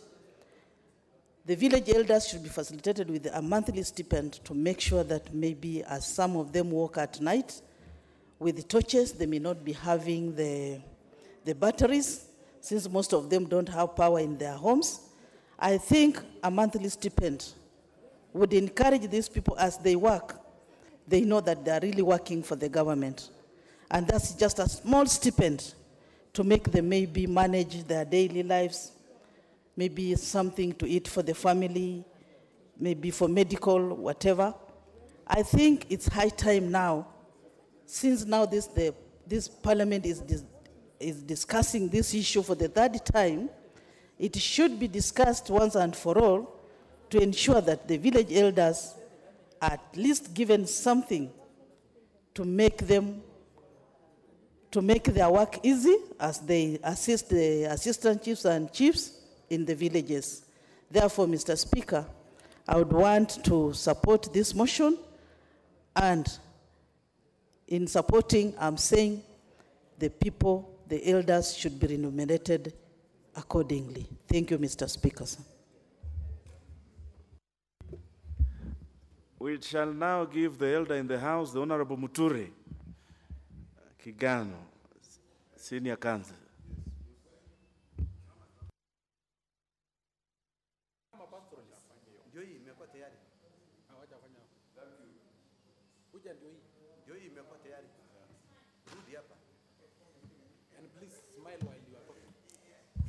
Yeah, thank you, Mr. Speaker. I will support this motion, primarily because, and if its jurisdiction is going to have a bias on fighting terrorism, because terrorism is nurtured in the village, at the village level. And if we can replicate what is happening in Ethiopia, Ethiopia has had no incidents of terrorism, primarily because the village elders are able to contain and see who comes and infiltrates the village. So I support this motion only on that bias. If we can have terrorism as its primary objective. Thank you, Mr. Speaker. The Honorable Sitati, member for Webuye.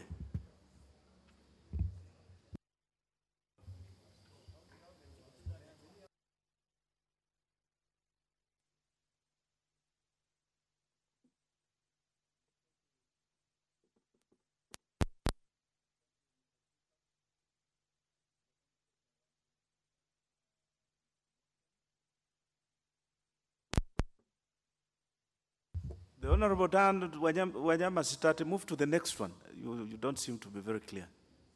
Give him the next mic.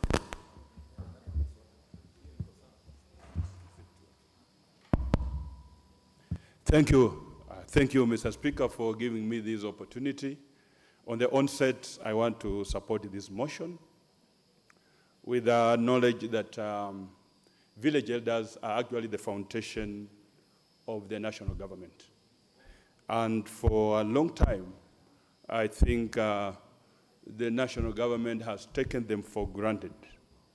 And the best way to actually make them have the motivation to do their work is to give them some stipend. And the way to go, nowadays, the chiefs get some interest. I would wish that the ministry increases the interest of the chiefs at least to cover some allowances for these village elders so that they can actually also be able to know that this government appreciates, because all the issues that pertains to the information that the government would want to get, it is through the village elders that we get this information. And for a long time, honestly, as others have put it, that the 10th Parliament discussed this, the 11th Parliament discussed this, and it is now the time that we are doing it and let it actually bear some fruit to these leaders who have done a great job. And for sure, they really burn their midnight oil, because the village elders are on duty 24/7. And they have not been appreciated. We have talked about these things here, year in, year out, and nothing comes out of it. I want to believe that this is the last time we are discussing about this, and that the implementation of the same to remunerate these village elders should come forthwith. And my suggestion, as I said, is that the ministry to increase the interest that they give to the chiefs so that it covers the allowances as well. I thank you, Mr. Speaker. The Honorable Abdisalam.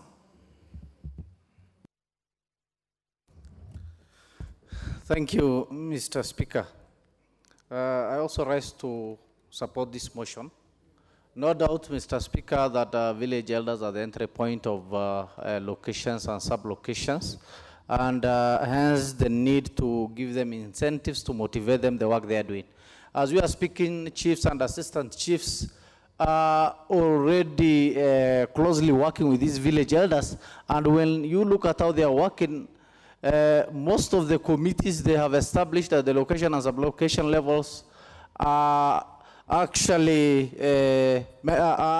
village elders. If you look at relief committee, most of the relief committees are selected from the village elders because they have excellent contextual understanding of the village, and they do proper priority ranking of who is more worse than the other in terms of vulnerability ranking. If you look at peace committee, the same way, because they have excellent contextual understanding of the area, the issue of Nyumba Kumi initiative, and the issue of who is a visitor in that location and who is not is already done by the village elders. If you look at the land and grazing committee, equally the same. If you look at any other committee established at the location and sub-location level, most of them are borrowed from the village elders. The fact is they are not motivated in any way, and hence the need for us to give them special consideration, especially in this budget allocation, to ensure that they are motivated for the work they are doing. Mr. Speaker, I think it is the high time that the implementation committee is asked to give special consideration to this village committee. Mr. Speaker, when the foundation is strong, then the other parts will be strong. When the location and sub-location level is strong, then other units, be it the division or what do you call, the sub-county and the national level will then be strong. Then there is a need to give special consideration to village elders at the sub-location for work they are already under. All we are saying that the work is ongoing, then why not allocate them budget? Why not give them, that special priority in the budget we are allocating and, work with them closely. That said, of course, there is a need to avoid duplication between the village administrators and that of the national government. They can work closely, and based on the devolved functions, we can know which committee to give what function. And both levels of government, of course, can do the remuneration. Thank you, Mr. Speaker. The Honorable Momanyi Mongina, member for Nyamira. But before you take the floor, the Honorable member for Nyamira, there seems to be a point of order by the Honorable Alpha Ondeki, member for Bomachoge. What is your point of order? Thank you, Mr. Speaker, sir. My point of order is that having discovered that this motion was brought in the last financial year, last Parliament 2016, and all members unanimously agreed that this motion is very important, village elders should be catered for, and observing the mood of the House, everybody is in support of this motion. Now I stand in the strength of standing order number 95. Can you allow the mover to reply and move to the next motion? Honorable members, just hold on the Honorable Mongina. Honorable members, allow me to propose the question that the mover be called to reply. Will as members of that opinion say aye? Aye. Will as members of the opinion say nay? Nay. The nays have it. We shall proceed. The Honorable Mongina. The Honorable Mongina proceed. The member for Nyamira.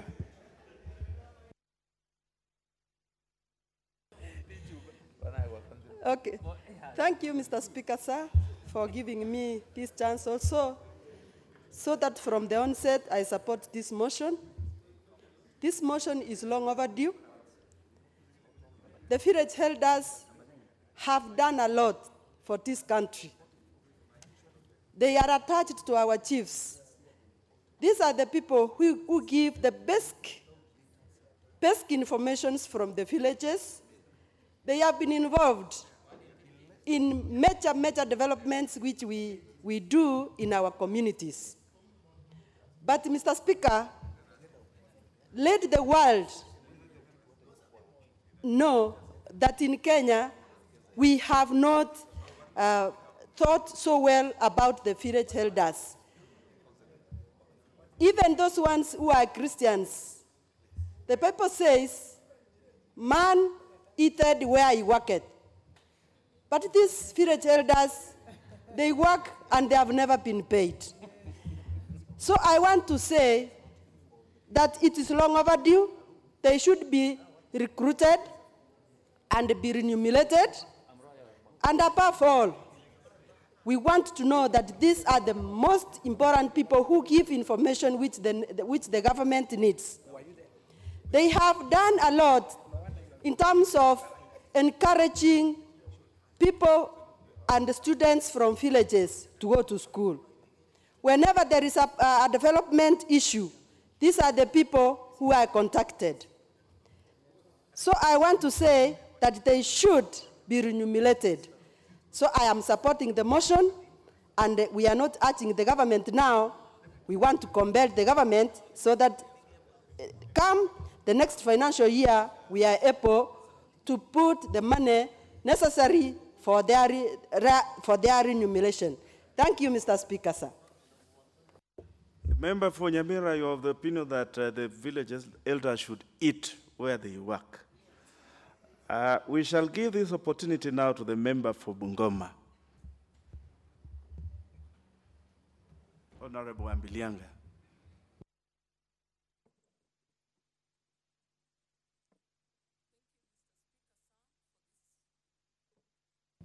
That mic doesn't seem to be working very well.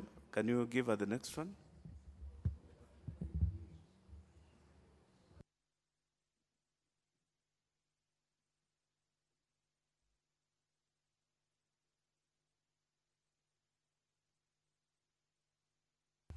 The Honorable CNN does not have a card, so he's occupying seats that seem to be working, but he has no card himself.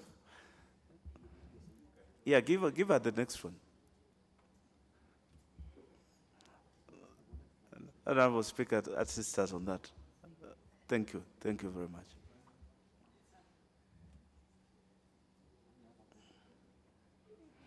They seem not to like you too much, these mics. Just come to the front.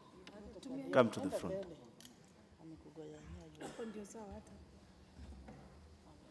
Oh, use this one for the minority leader.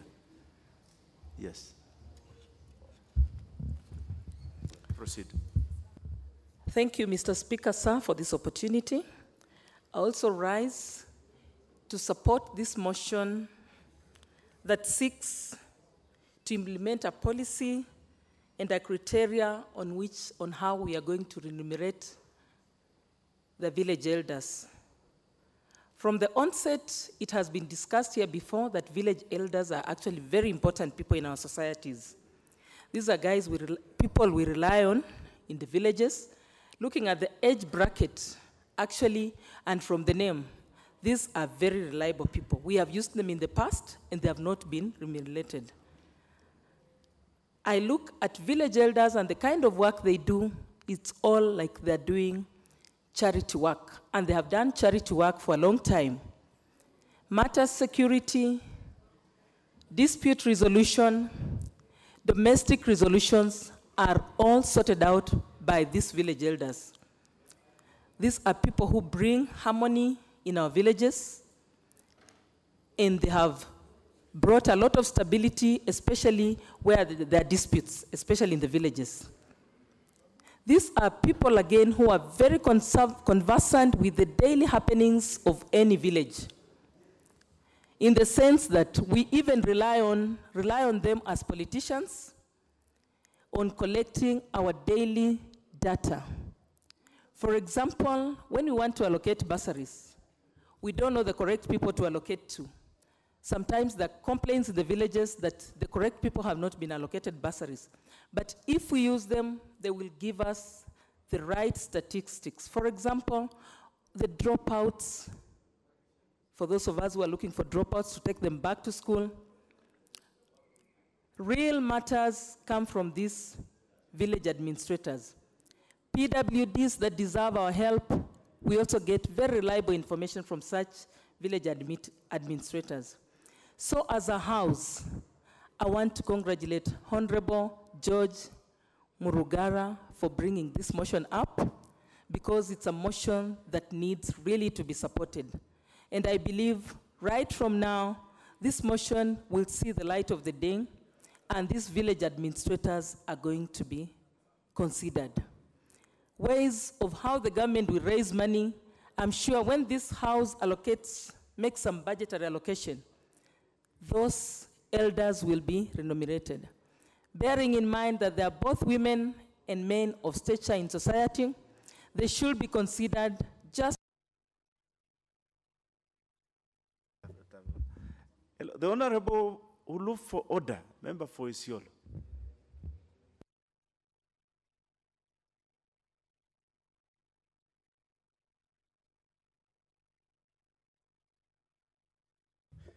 Give him the mic.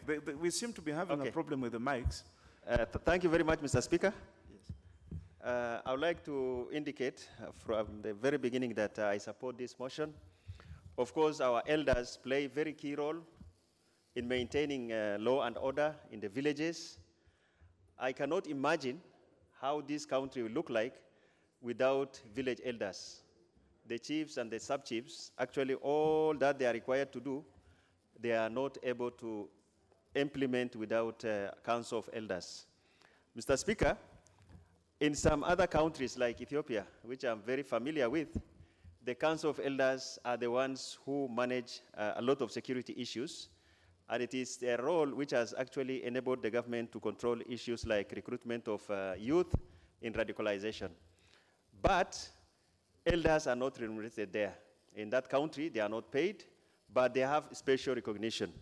So in as much as we think about how we can have our elders paid in recognition of the good work that they do, we also need to think about other ways of recognizing their good work. For example, if they can have, awards like Head of State Recommendation, if they can be given, special identifications, so that wherever they go, if they introduce themselves, they can be listened to and they can be accorded respect. Mr. Speaker, in the areas where we come from, because we only have court of law at the county headquarters, a lot of disputes are resolved by elders. And this is in line with what the provisions of our constitution, the alternative dispute resolution mechanisms, and even where there are marital disputes, before couples go to Cadi's court, the first port of call to seek, reconciliation is the Council of Elders. And also, in contexts like Northern Kenya, for example, among the pastoralist communities, without the Council of Elders, we could be having a lot of conflict, and actually the region could be ungovernable. They resolve tribal conflicts, they resolve clan conflicts, and most of the time, they do this work at greater risk to themselves.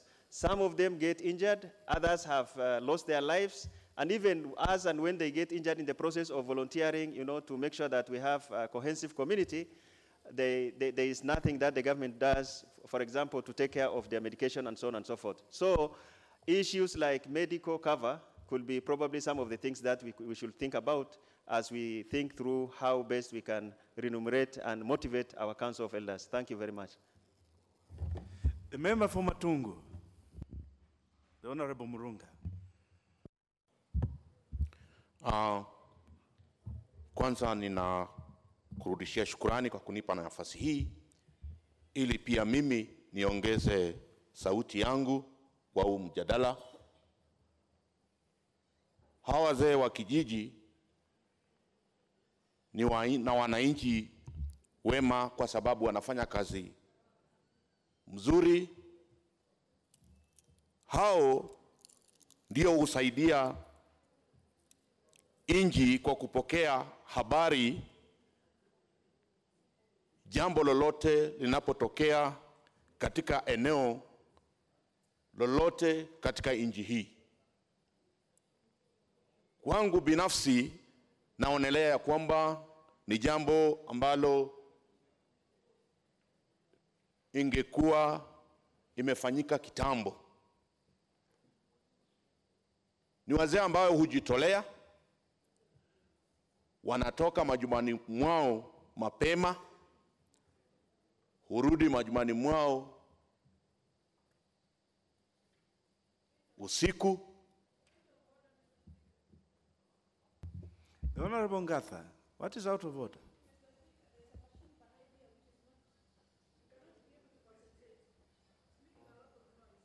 Very well. Thank you. Yeah, that is, I can hear it from here actually. I will direct the table office to look into it. Proceed, the Honorable. Thank you. Asante, Bwana Speaker. Na unapofahamu ya kwamba hawa ni watu ambao pia wana familia. Wakitoka na kufanya hii kazi, wako na familia na majukumu ya kulea familia zao. Wako na watoto ambao huenda shule, wana mahitaji. Kwa hivyo ni vyema sisi kama viongozi tuwasaidie wakaweze pia kujisikia kama Wakenya wengine. Unapojiweka kwa kiatu yao, eti ya kwamba unatoka kwa nyumba, unaenda unasaidia nchi, lakini unaporudi nyumbani hakuna hata mkate kwa watoto yako, hili ni jambo mbaya sana. Na ni vyema sisi kama bunge tuchukulie hili jambo kuwa la dharura na tuhakikishe ya kwamba hao wazee tuwasaidie wakaweze kupata mshahara kama watu wengine, kama wafanyakazi wengine wa nchi hii. Kwa Honorable members, it is true that there's a malfunctioning machine, I think, on the row behind the Honorable Ngatha. I'm informed by the technical people that they will look into it when the House rises. So kindly bear with us for the time being. The Honorable Lemaine. Lemaine, the Honorable Lemaine, not Lemaine. Or Lemaine, correct. Thank you, Chair. Thank you, Speaker. Honorable Speaker, I equally rise to support this motion. And Mr. Speaker, I want to agree with the earlier speakers that this motion has been here in this particular House, Speaker. And I also like the way you did put it, that it is high time that as a House we look into it, so that at least it is implemented, Mr. Speaker. Mr. Speaker, I want to agree with the rest of my colleagues that the village elders are very important people in this republic. And they are very important in the sense that every single time, Mr. Speaker, the government requires information. These are the people who are on the ground. These are the people who are contacted. These are the people who collect the same data and pass it on to the government, Mr. Speaker. Mr. Speaker, these particular elders, the only problem they have, Mr. Speaker, is whenever they are working, they use their resources, their time, Mr. Speaker, and when it comes to a stipend or a honoraria, Mr. Speaker, they don't get it. So, Mr. Speaker, the most important part is as we appreciate these people, what is important to them, Mr. Speaker, is at least for the government to be able to appreciate them, appreciate the work they do, because as the rest of the colleagues have said, it is a 24/7 business for them. And any single time, these people, they wake up, Mr. Speaker, they do their job they are requested to do, and even without even raising a finger, Mr. Speaker. And so, Mr. Speaker, I want to concur with the rest of my colleagues that we need to look for a way for us to be able to assist these persons, at least, Mr. Speaker, for them to get a honoraria or a stipend so that they can be able to do their job even better, Mr. Speaker. Mr. Speaker, I thank you. The Honorable Daoud Rahim, member for North Imenti.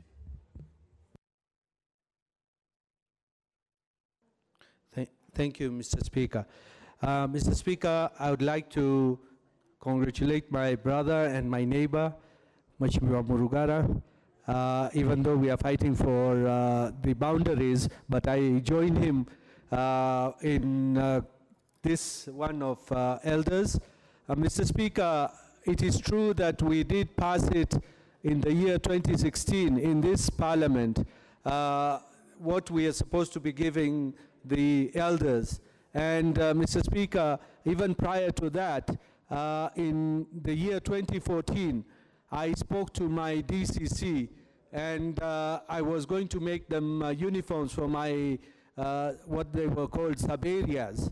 But I was informed that the government would be doing something about it, because some of my colleagues have said that the county governments have got village elders, but I think those are different than what we have, because these ones would be under the national government, and if they were to be given stipends or they were to be remunerated, then it would have to come from the Ministry of Interior, and the same way is being done for the chiefs, assistant chiefs.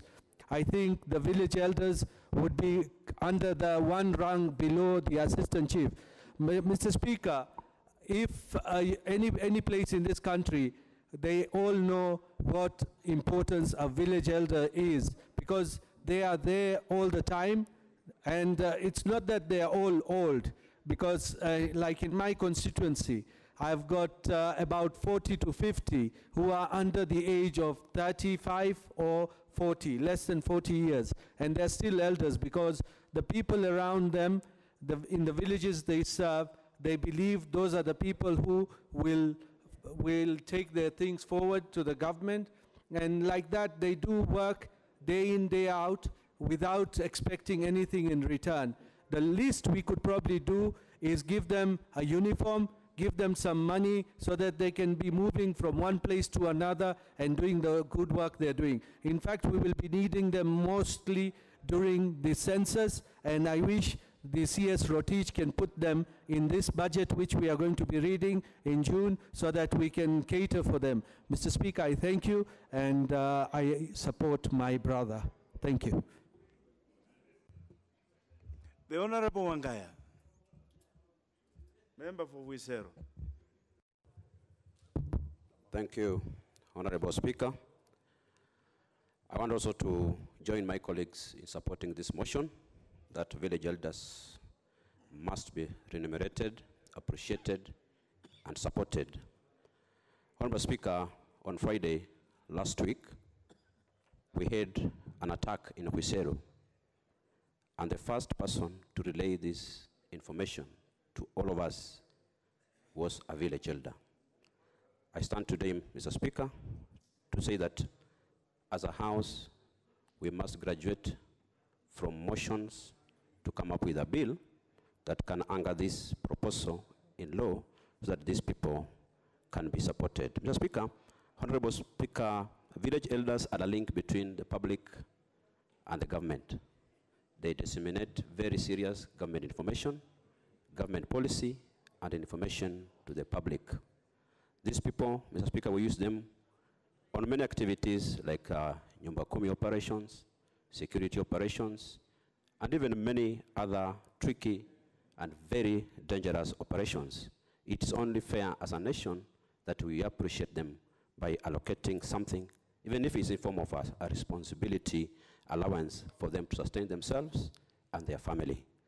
In Luyaland, Mr. Speaker, these people only get some token in form of quote-unquote amakata.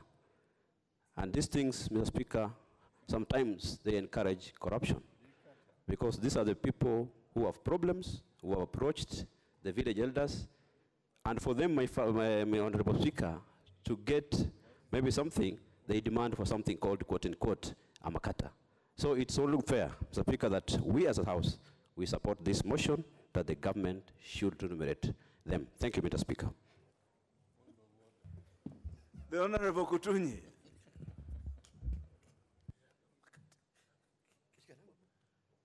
Nashukuru sana Bwana Spika. Awali kidogo Bwana Spika, nilikuwa nimekuwa na wasiwasi kwa sababu kidude hiki nimeitegea sana. Lakini nashukuru fursa umenipa. Bwana Spika, hawa wazee wa mtaa ni uti wa mgongo wa taifa. Ikija kwa masuala ya kuunganisha jamii, hawa ndio uso ya serikali. Hawa ndio wanashughulikia masuala ya kiusalama ya kijamii. Matatizo yakiweko kwa ujamii, wao ndio huleta watu pamoja.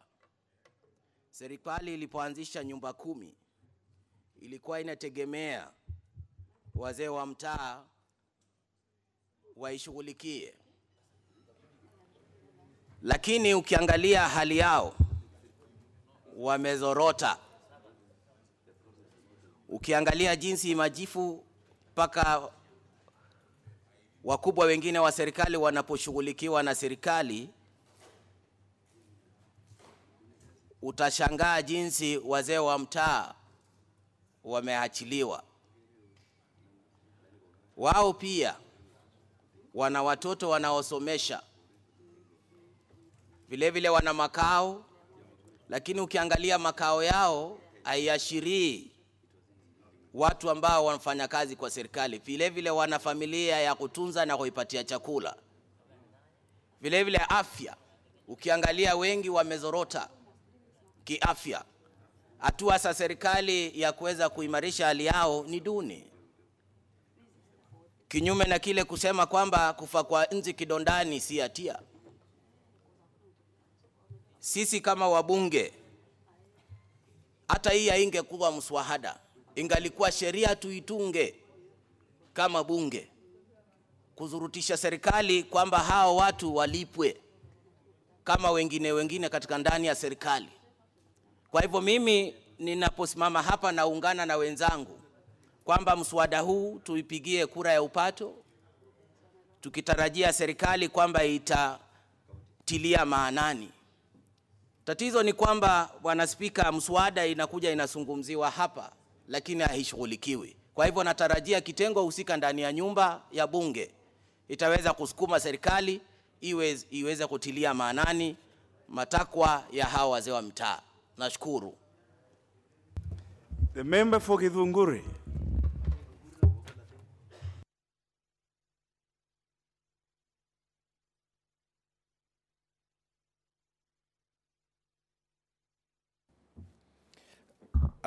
Thank you, Mr. Speaker, sir, for giving me this opportunity to support this great motion by Honorable George Morugara. Mr. Speaker, sir, the village elders play a very big role in our villages. They have been in the administration of several regimes, but the only time we see these elders being recognized is only during the campaign's time. Actually, it's very shameful because these village elders are the people who help us, including the government, to maintain the law and order in our villages. And therefore, the government should provide them with the uniforms, offices, and even a token, administration allowances. They work day and night as the judges, lawyers, and even councillors, trying to ensure harmony in the society. Mr. Speaker, sir, I support this motion. The member for Samburu East, the Honorable Jackson. Thank you, Mr. Speaker, for this opportunity. Mr. Speaker, these elders are very important people in our villages. And Mr. Speaker, even we are using these elders when sometimes we have conflicts of boundaries, and even in our areas where we have so many problems of insecurity. And it is very unfair, Mr. Speaker, for the government not to remunerate these elders. If you look at that part of the county government, they have gone up to the village level. And the same elders, those elders from the county government, they are being given some allowances. But the national government, which is even a larger government or a bigger government than the other one, they are not considering these elders. So, Mr. Speaker, it is very important for us as a house at least to make sure that these elders will be remunerated. The criteria, Mr. Speaker, if you look at the National Police Service or the KPR, the government's giving them some small token for the work they are doing.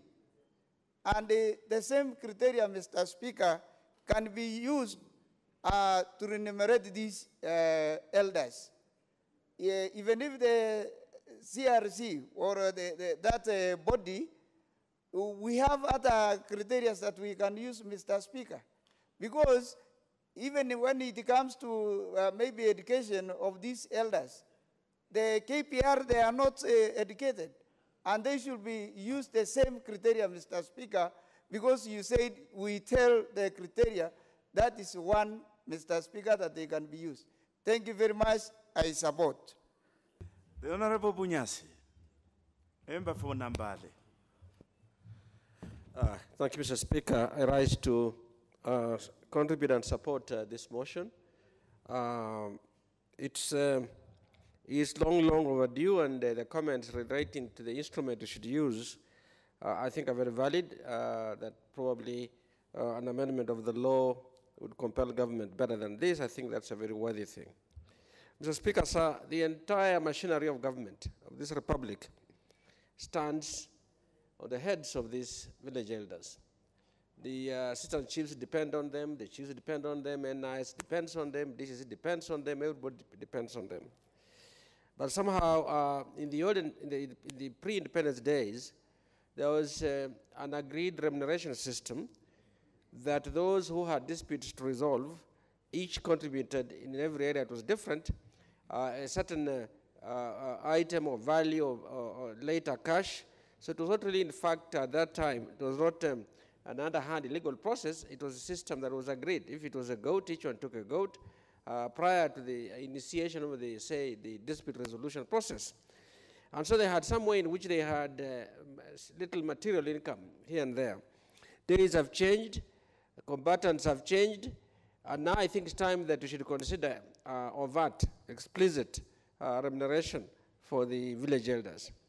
In my constituency, I have 278 village elders. All of them are in uniform, that I purchased them. And they truly appreciated that.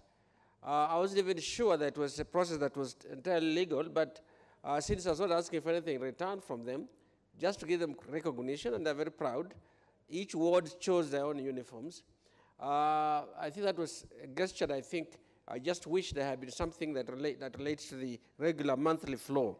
I really hope that they'll be considered, and I think we should encourage Mr. Murugara, since he's already initiated this, so that he can own it, that we can move on to a bill and pass it and support this wonderful group of people. Thank you, Mr. Speaker, sir. The Honorable Kamuren, member for Baringo South.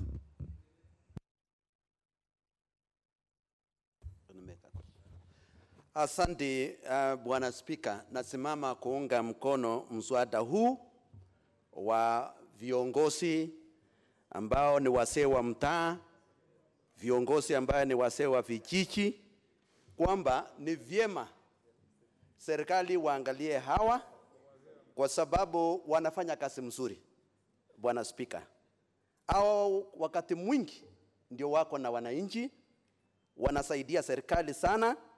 So ni vyema wapewe marupurupu ama mshahara, nao wapewe nguo ya kuvaa ya kutambuliwa, ambaye tunaita kwa lugha ya Kiingereza ama Kimombo hiyo uniform, wapewe kipandi, wapewe vile vile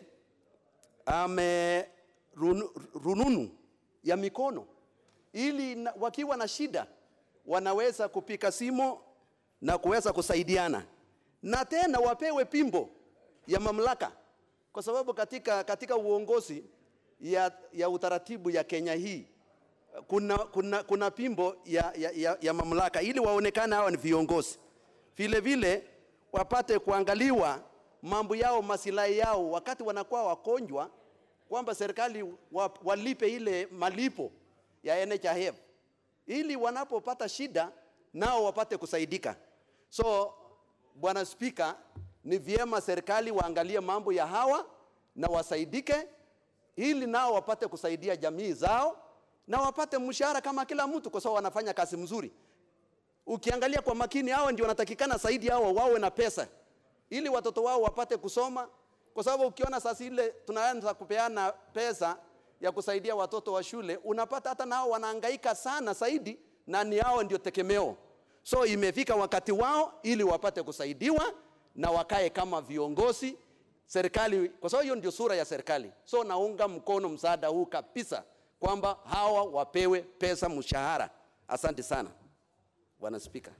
The member for Tarbo.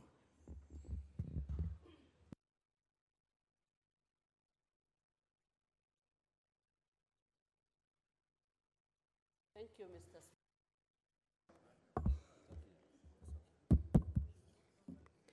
Thank you, Mr. Speaker, for giving me this opportunity to add my voice to this very important motion.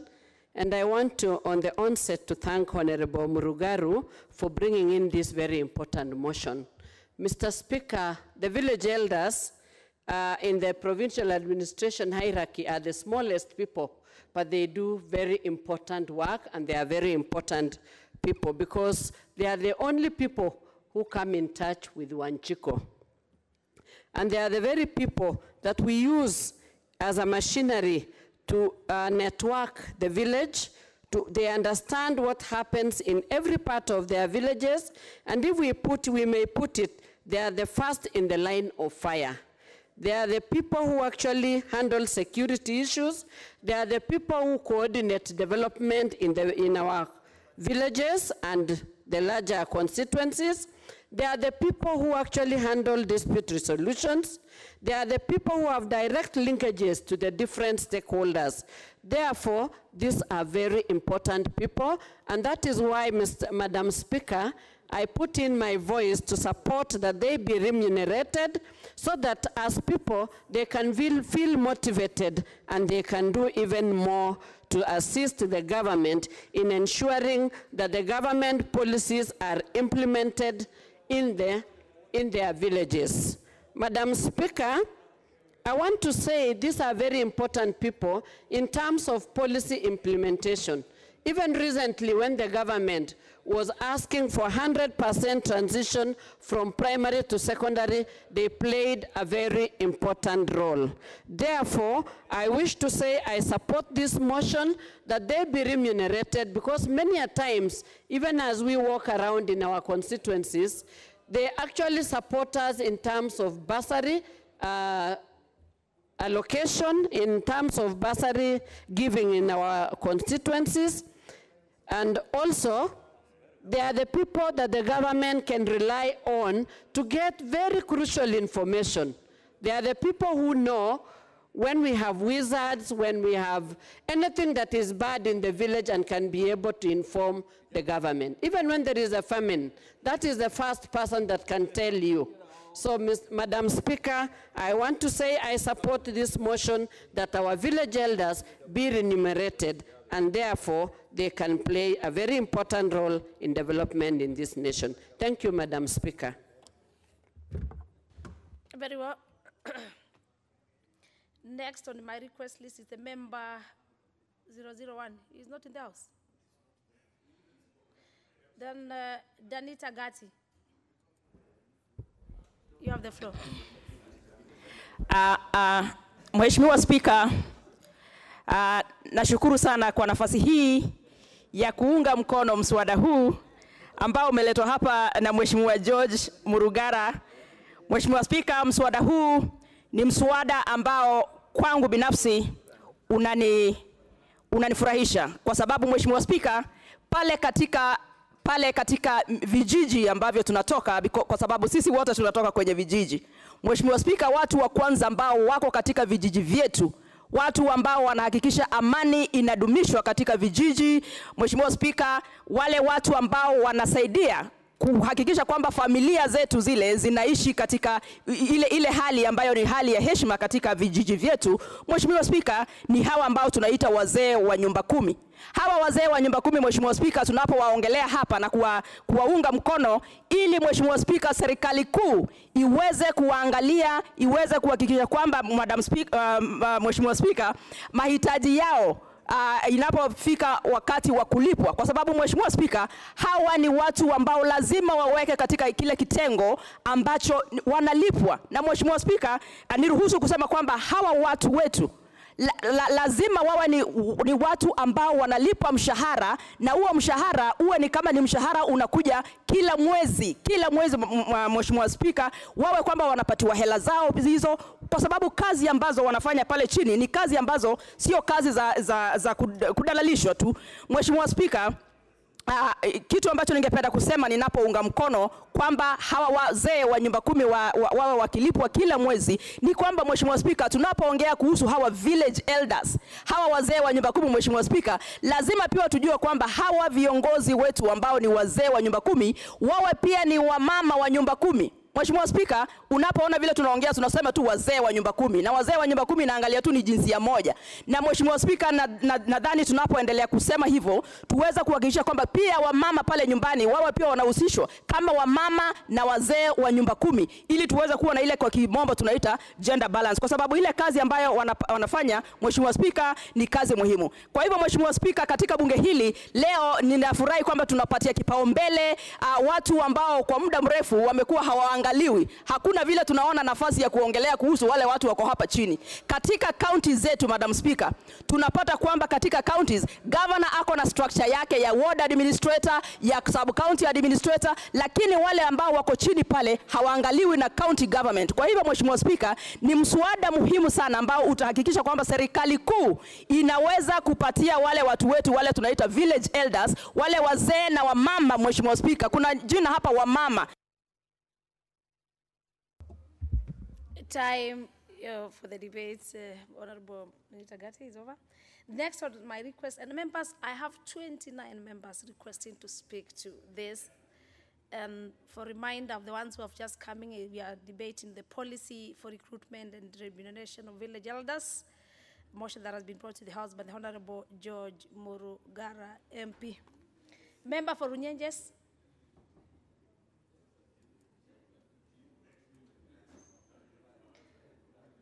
Then member for Jaraka. The systems are hanging. Member for Taraka.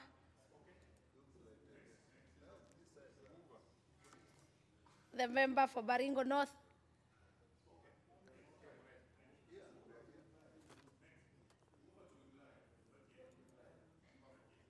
The member for Kilifi North. The members are leaving the cards here. Then let me get to the member for Baringo South.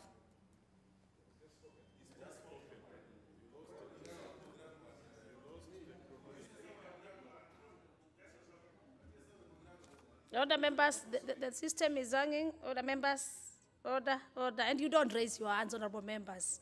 I mean, we have procedures of the House. The Speaker will catch your eye. Honorable members, if you've spoken to this, and I'm sure some of you want to speak to the other motion, of course, we have a list of the members who have spoken, and as per our rules and procedures, you don't speak twice to a motion. If you want to speak to this, can you put on the intervention? The member for Kipkelion West. Honorable Nyikal, Daktari. Thank you, Madam Speaker, for giving me this opportunity.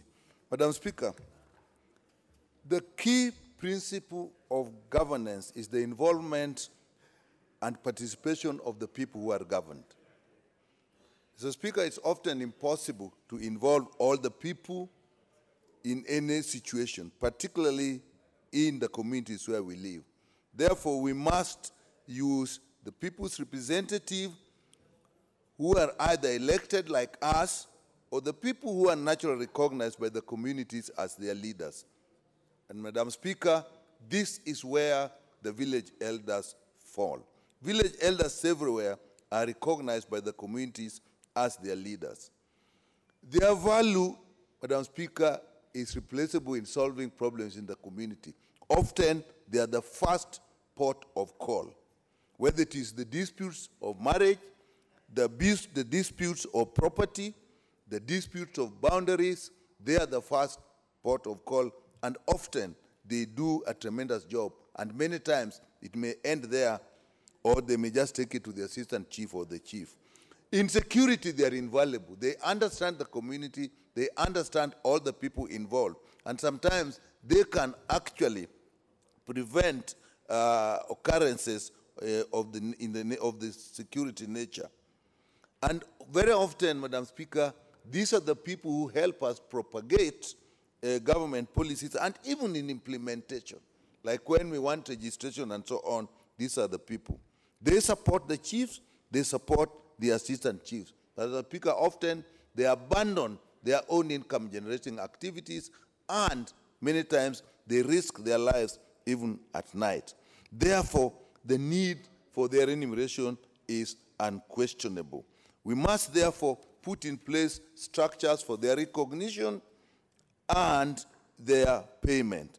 Legal structures will be needed. We can either go through the Chiefs Act or the Coordination of National Government Act. And I would, the mover who has done a good job to look at that so that we put structures in place for their repayment. Actually, this should be regular stipends and uniforms as been indicated. However, Mr. Speaker, we must recognize the devolution structures that are also in place so that we harmonize and avoid any conflict between the two structures of government. With that, Madam Speaker, I support this motion. You support the motion. Thank you, Honorable Member for Seme. Next on my request list is the member for Bomet Central. Member for Bomet Central, you have the floor. I'm not responding. Thank you, Madam Speaker, for this opportunity for me to also add my voice on this.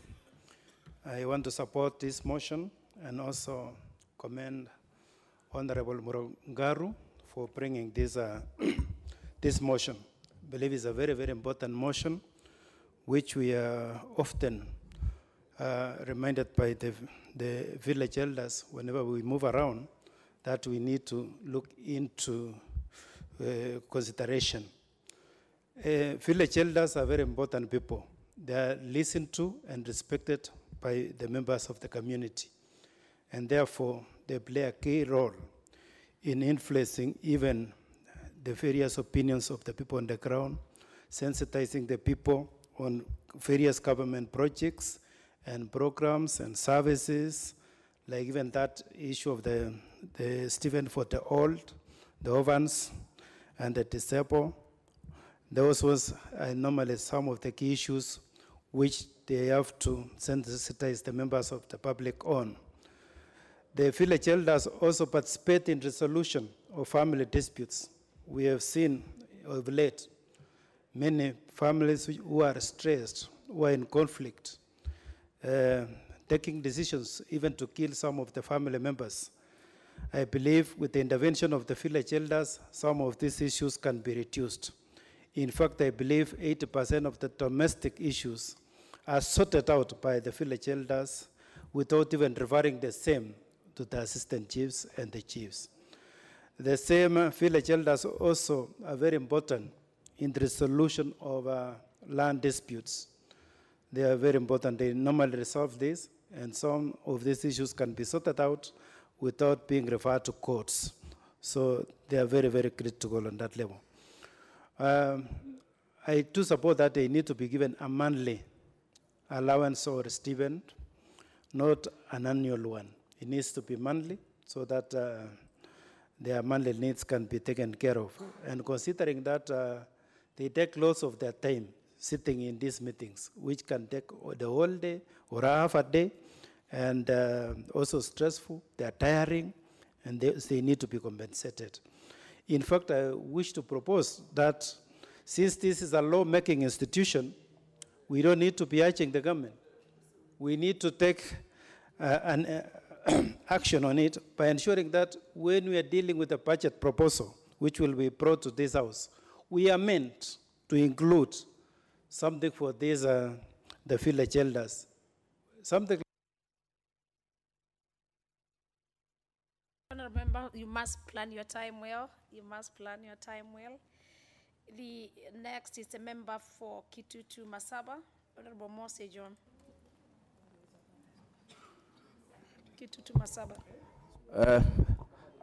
Thank you, Madam Speaker, for granting me this opportunity to also add my voice to this very deserving motion.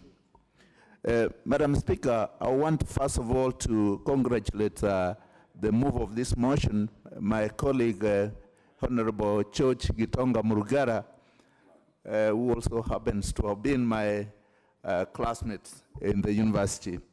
Madam Speaker, if we have to be very honest, candid to ourselves, we have been, as a nation, been very unfair to the village elders. In Kisii, the village elders are notoriously referred to as abatureti. The role that the village elders play is extremely critical. If you want any information regarding any member of the village where you come from, the first port of call that you get this information are the village elders.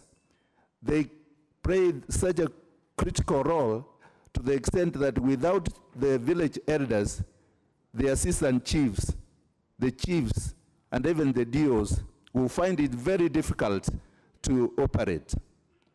When it comes to matters that regard to issues or disputes in the village, it's extremely important that very early in the morning, 6 or even earlier, people are in their doorsteps to register their complaints or their concerns when they are aggrieved. So, Madam Speaker, you will also find that they work throughout the day, they work late into the night, but at the end of the day, we do not take into account how they survive as members of our society. And even the manner in which they dress, if you look at them, is extremely deserving.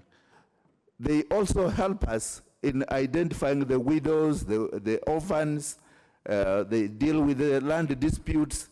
They deal with the reconciliation amongst, warring factions.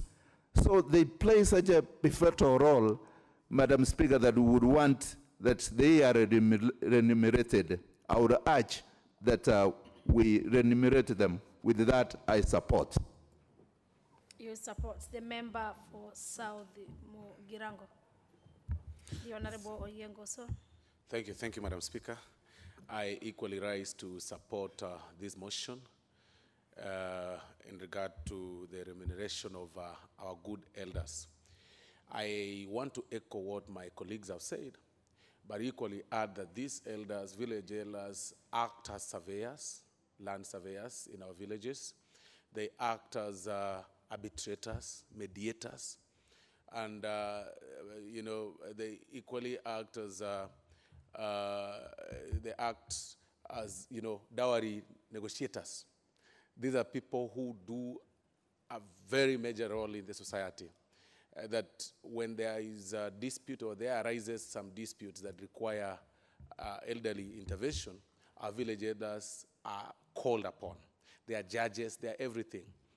And Madam Speaker, the government also uses them as NIS officials per se, intelligence, for intelligence collection to the chiefs, to the sub-chiefs, and to the administration, generally the administration by the government of Kenya.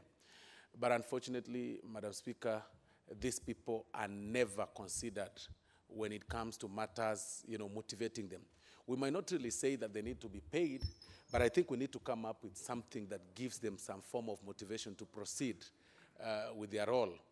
Much of it is actually done out of good heart, and they do it out of this normal kind of living in harmony that our great-great-grandfathers gave them. But I think it's about time we start motivating them.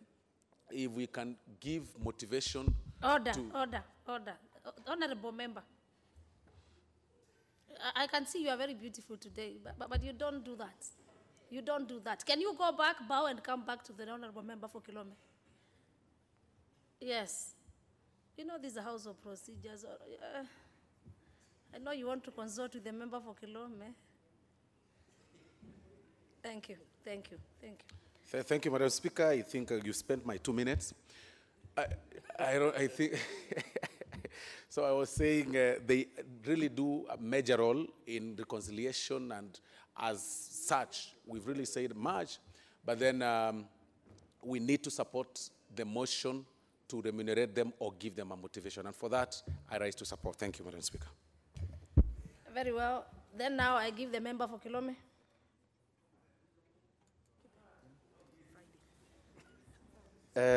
Thank you, Madam Speaker. let me take the opportunity to appreciate the contribution by members about this very important motion. I think this motion is long overdue. Everybody in this country appreciates the work of these good village elders. And I know most of the members of parliament here, when we were trying to vet those who are to be beneficiaries of the bursaries, we all relied on these village elders. And let me say this, when the government wanted to initiate and push for 100 transition to Form 1s, these are the only people who knew very well those students who are in the villages and have not reported to Form 1. So they are very important to us when it comes to issues of insecurity. They play a very important role. And now, even without wasting a lot of time, it is the time now we consider remuneration of these dear villagers. And on top of that, they should be in uniform, like the assistant chiefs and the chiefs. And if possible, they should have bunches for their recognition. So I would urge the members of this house, this 2019-2020 financial year, we consider in the budget so that next year they start earning salaries like another employee in this society of us. So thank you, Madam Speaker, and I would urge all the members, when the budget comes, we should consider that as a very important and a very noble case to be actually implemented. Thank you, Madam Speaker. Very well. I support the motion. You support the motion. The member Zambia Kidua, representing the people of Kilome. The member for Keep, put your mic off. Let's get now the lady, honorable member from Trans Nzoia. Asante sana Mheshimiwa Spika kwa kunipa nafasi hii kwa kuchangia mjadala huu kuhusu wazee wa mtaa. Na kwanza nichukua nafasi hii kumshukuru Mheshimiwa Murungaru kwa kuleta mswada huu katika bunge hili. Nataka niseme Mheshimiwa Spika, hapa awali tulikuwa na huu mswada tena katika bunge hili mwaka uliopita, miaka miwili zilizopita Mheshimiwa Spika, na hakuna mabadiliko yoyote imetendeka Madam Speaker. Ninafikiria leo tunapojadiliana hii mswada huu tutahakikisha kwamba imetekelezwa vilivyo, kwa sababu hao wazee wa mtaa vile wenzangu wamechangia katika bunge hili, ni ukweli wanafanya kazi nyingi sana. Unaona kwamba ikikuja kwa nafasi ya vitambulisho Madam Speaker, unaona kwamba hawa wanachukua nafasi ya maana sana kutambua hawa wenyeji katika vijiji hizo zenye wanatoka Mheshimiwa Speaker.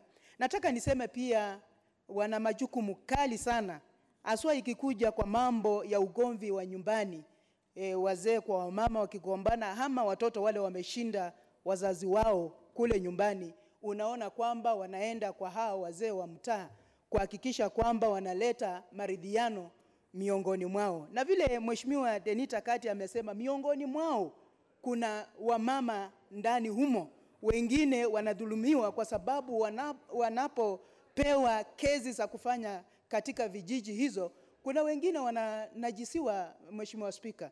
Na mimi nasema pia wanatakikana wapewe usalama, kwa sababu hawa wanatembea bila vifaa zozote za kuwakinga hawa kama hawa machiefs huwa wanapewa. Na ndipoza mimi nasema pia wakitengeneza bajeti, ni ukweli vile wenzangu wamesema, angalau tutenge pesa ya kuhakikisha kwamba hawa pia wanapata fedha za kuwawezesha hawa pamoja na jamii zao. Na nitashukuru katika serikali za counties, kuna baadhi ya magavana wale wamejitolea kuhakikisha kwamba hawa wazee wa mtaa wanakaa vizuri. Lakini wengine hawajui maana ya hawa wazee wa mtaa, kwa sababu walipata kura kwa njia enda ikawa haieleweki. Mheshimiwa Spika, nataka niseme ninaunga mkono mswada huu, mjadala huu niseme kwamba wazee wa mtaa angalau wapewe sendi kidogo. Asante sana Mheshimiwa Spika. Wamepata jina ingine wazee wa mtaa. Na ndio wanaitwa nyumba 10. Very well the member for Trans Nzoia. Moiben, representative. Thank you very much, Madam Speaker, for giving me this opportunity to also voice my in support of village elders. First, I would like to thank the Honorable George Murungara for bringing up this noble idea. And at the offset, I also want to support the motion because I think it's a noble motion and I think it is something that really needs to touch or support our elders.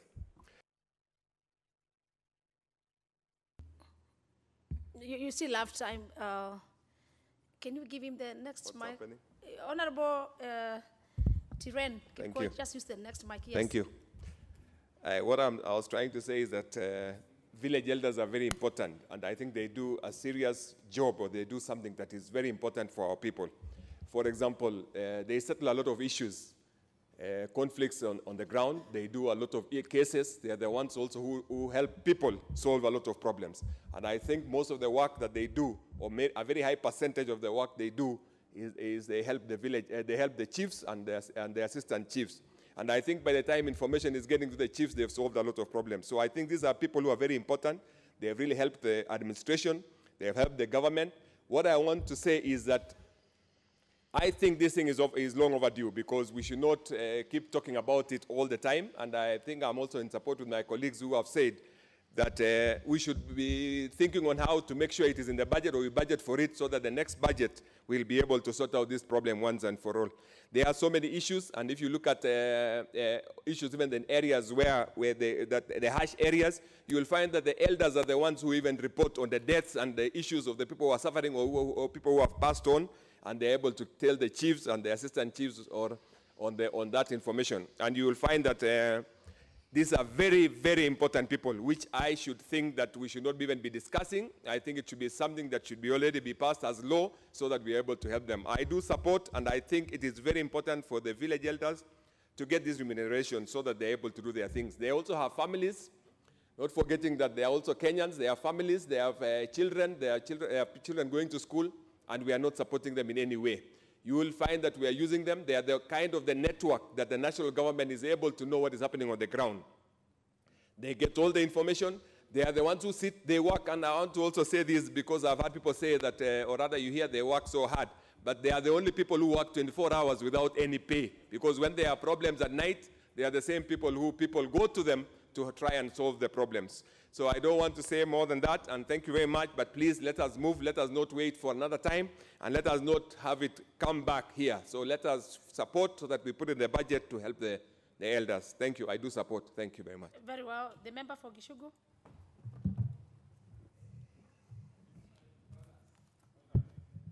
Thank you, thank you. This is a free sitting house, honorable members.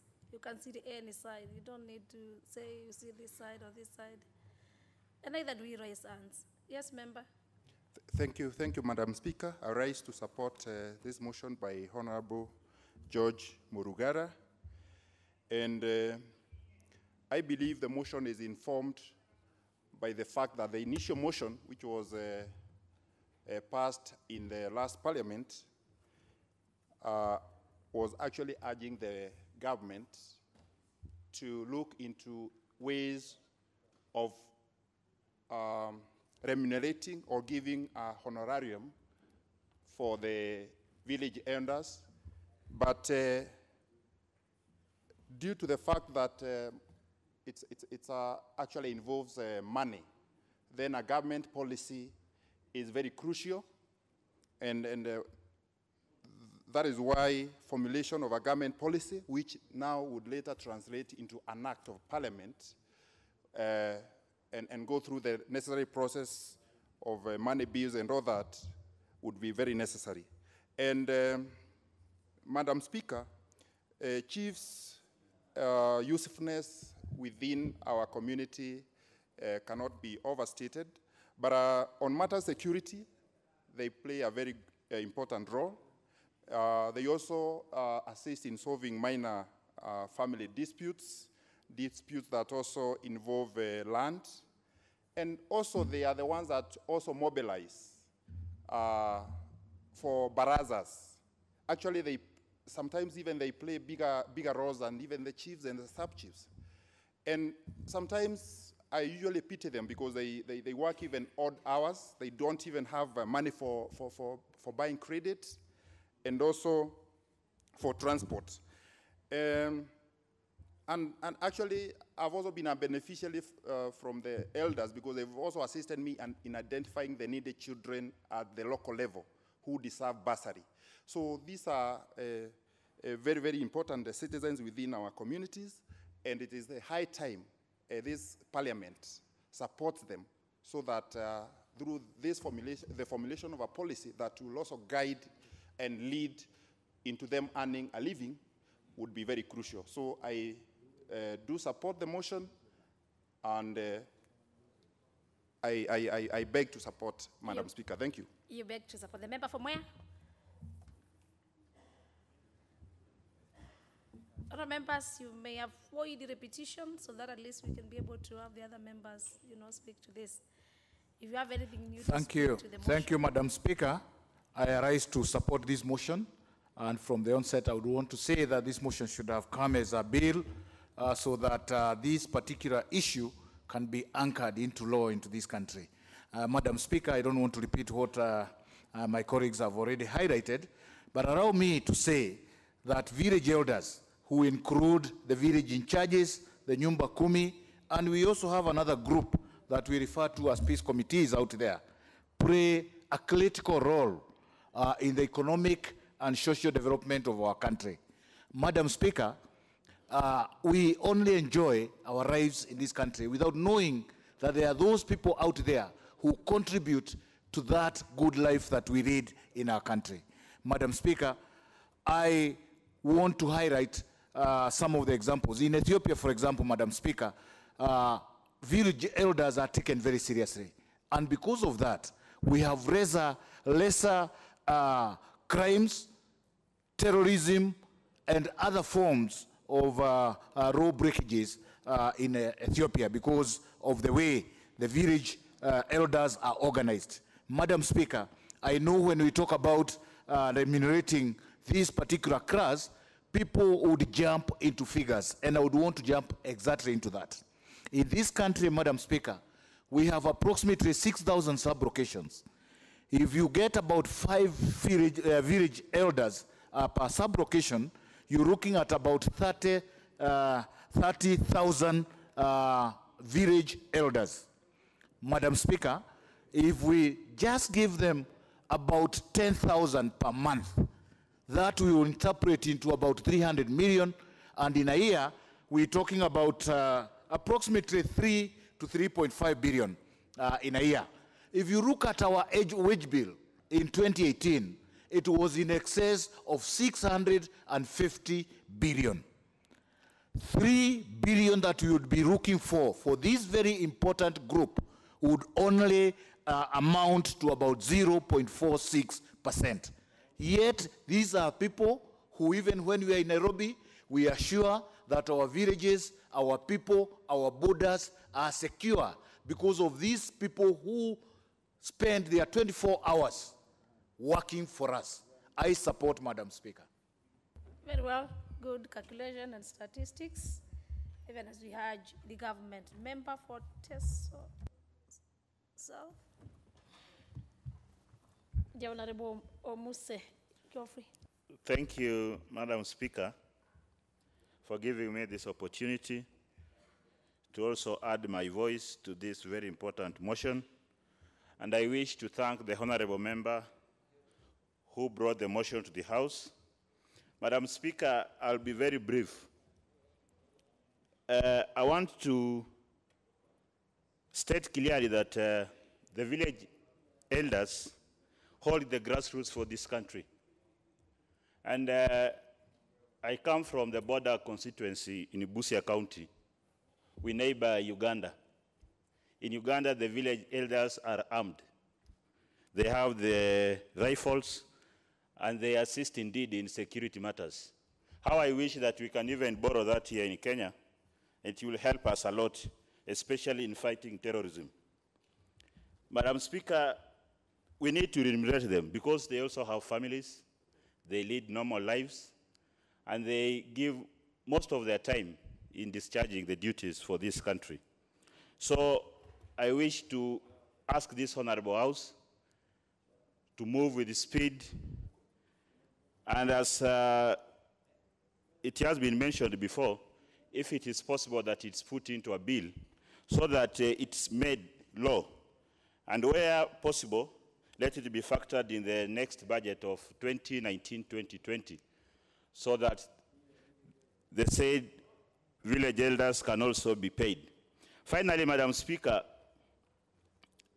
personally in Teso South, the village elders have listened my work as a member of parliament. And sometimes I feel offended because I have nothing to pay them. So I wish that the government could realize that it's upon it to ensure that they are paid so that as members and any other people who are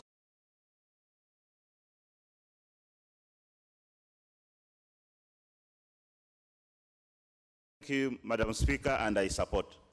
Very well. The Honorable Britton Yegon.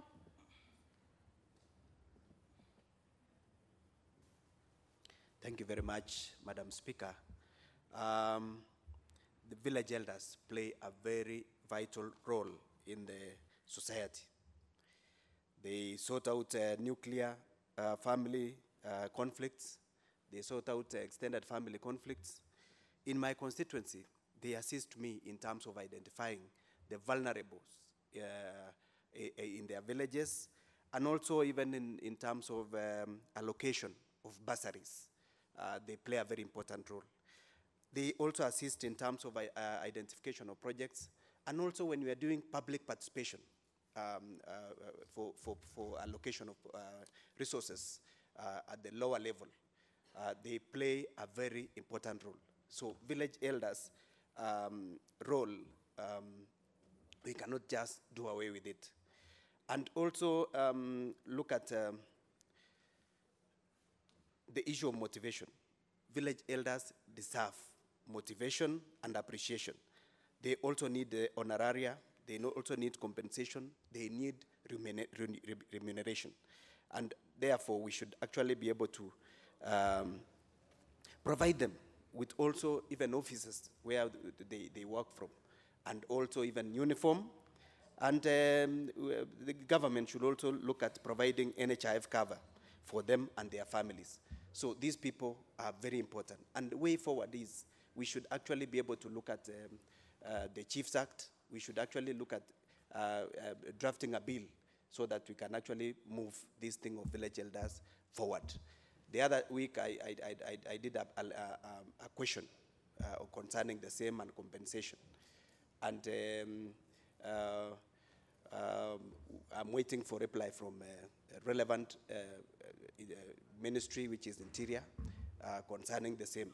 So it is very important that we look at the welfare of these village elders and even the Nyumba Kumi,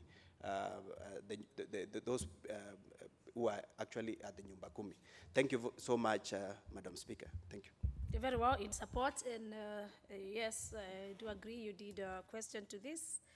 And the Honorable Britton Yegon, I'm sure, as the committee will be ready, your will be answered as per the procedures of the House. The member for Mwaya, Honorable Milemba Oboko. Thank you, Honorable Speaker, for this opportunity to make my contribution. First, thank Honorable Murungaru for a very good motion, and be quick to indicate that the village elders are the remnants of the African traditional structure of government that remained with us after colonialism alongside the chiefs. The village elders were actually in the original colonial structure of administration. And also these village elders have special days set aside for them to brief chiefs and assistant chiefs. Honorable Speaker, if they are accommodated into the pay structure of government, they'll form the 6th layer of the provincial administration in this country, which is key because it's operating at the lowest level of that particular structure. Like already indicated, Honorable Speaker, there are about 30,000 in total number, working in about 6,500 sub-locations. Honorable Speaker, they render voluntary work to this country.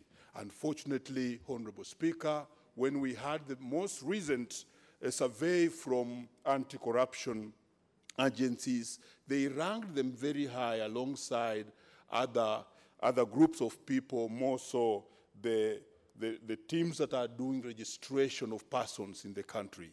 And this is because they do voluntary work, they have had to get a way of paying themselves through small fines, which are called by different names in different communities. To mainstream this structure and actually have them operate properly without them affecting the entire community by imposing the small fines, let them be mainstreamed in a form of remuneration. This will be very good for efficient working. Without much ado, I can see time is not on my side. I want to support this motion and urge that these village elders be paid. Thank you, Honorable Speaker. Very well. The member for Sirisia.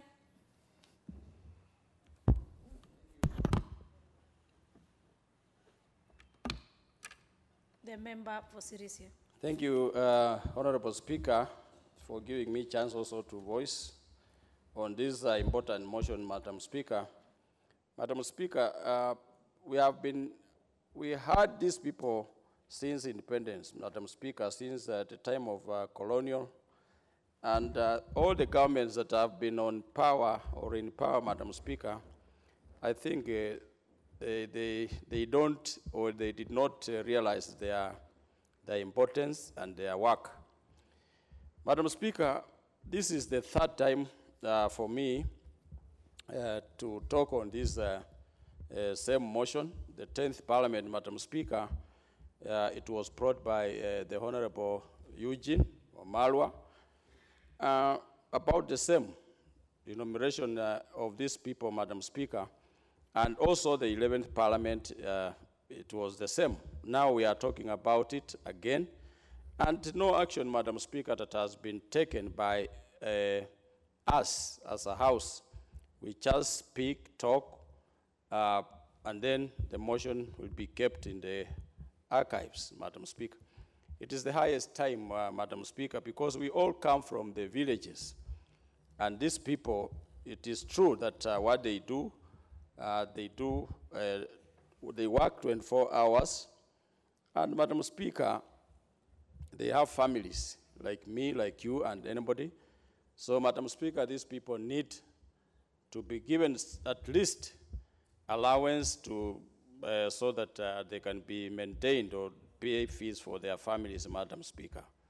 Madam Speaker, the village elders do a lot of work.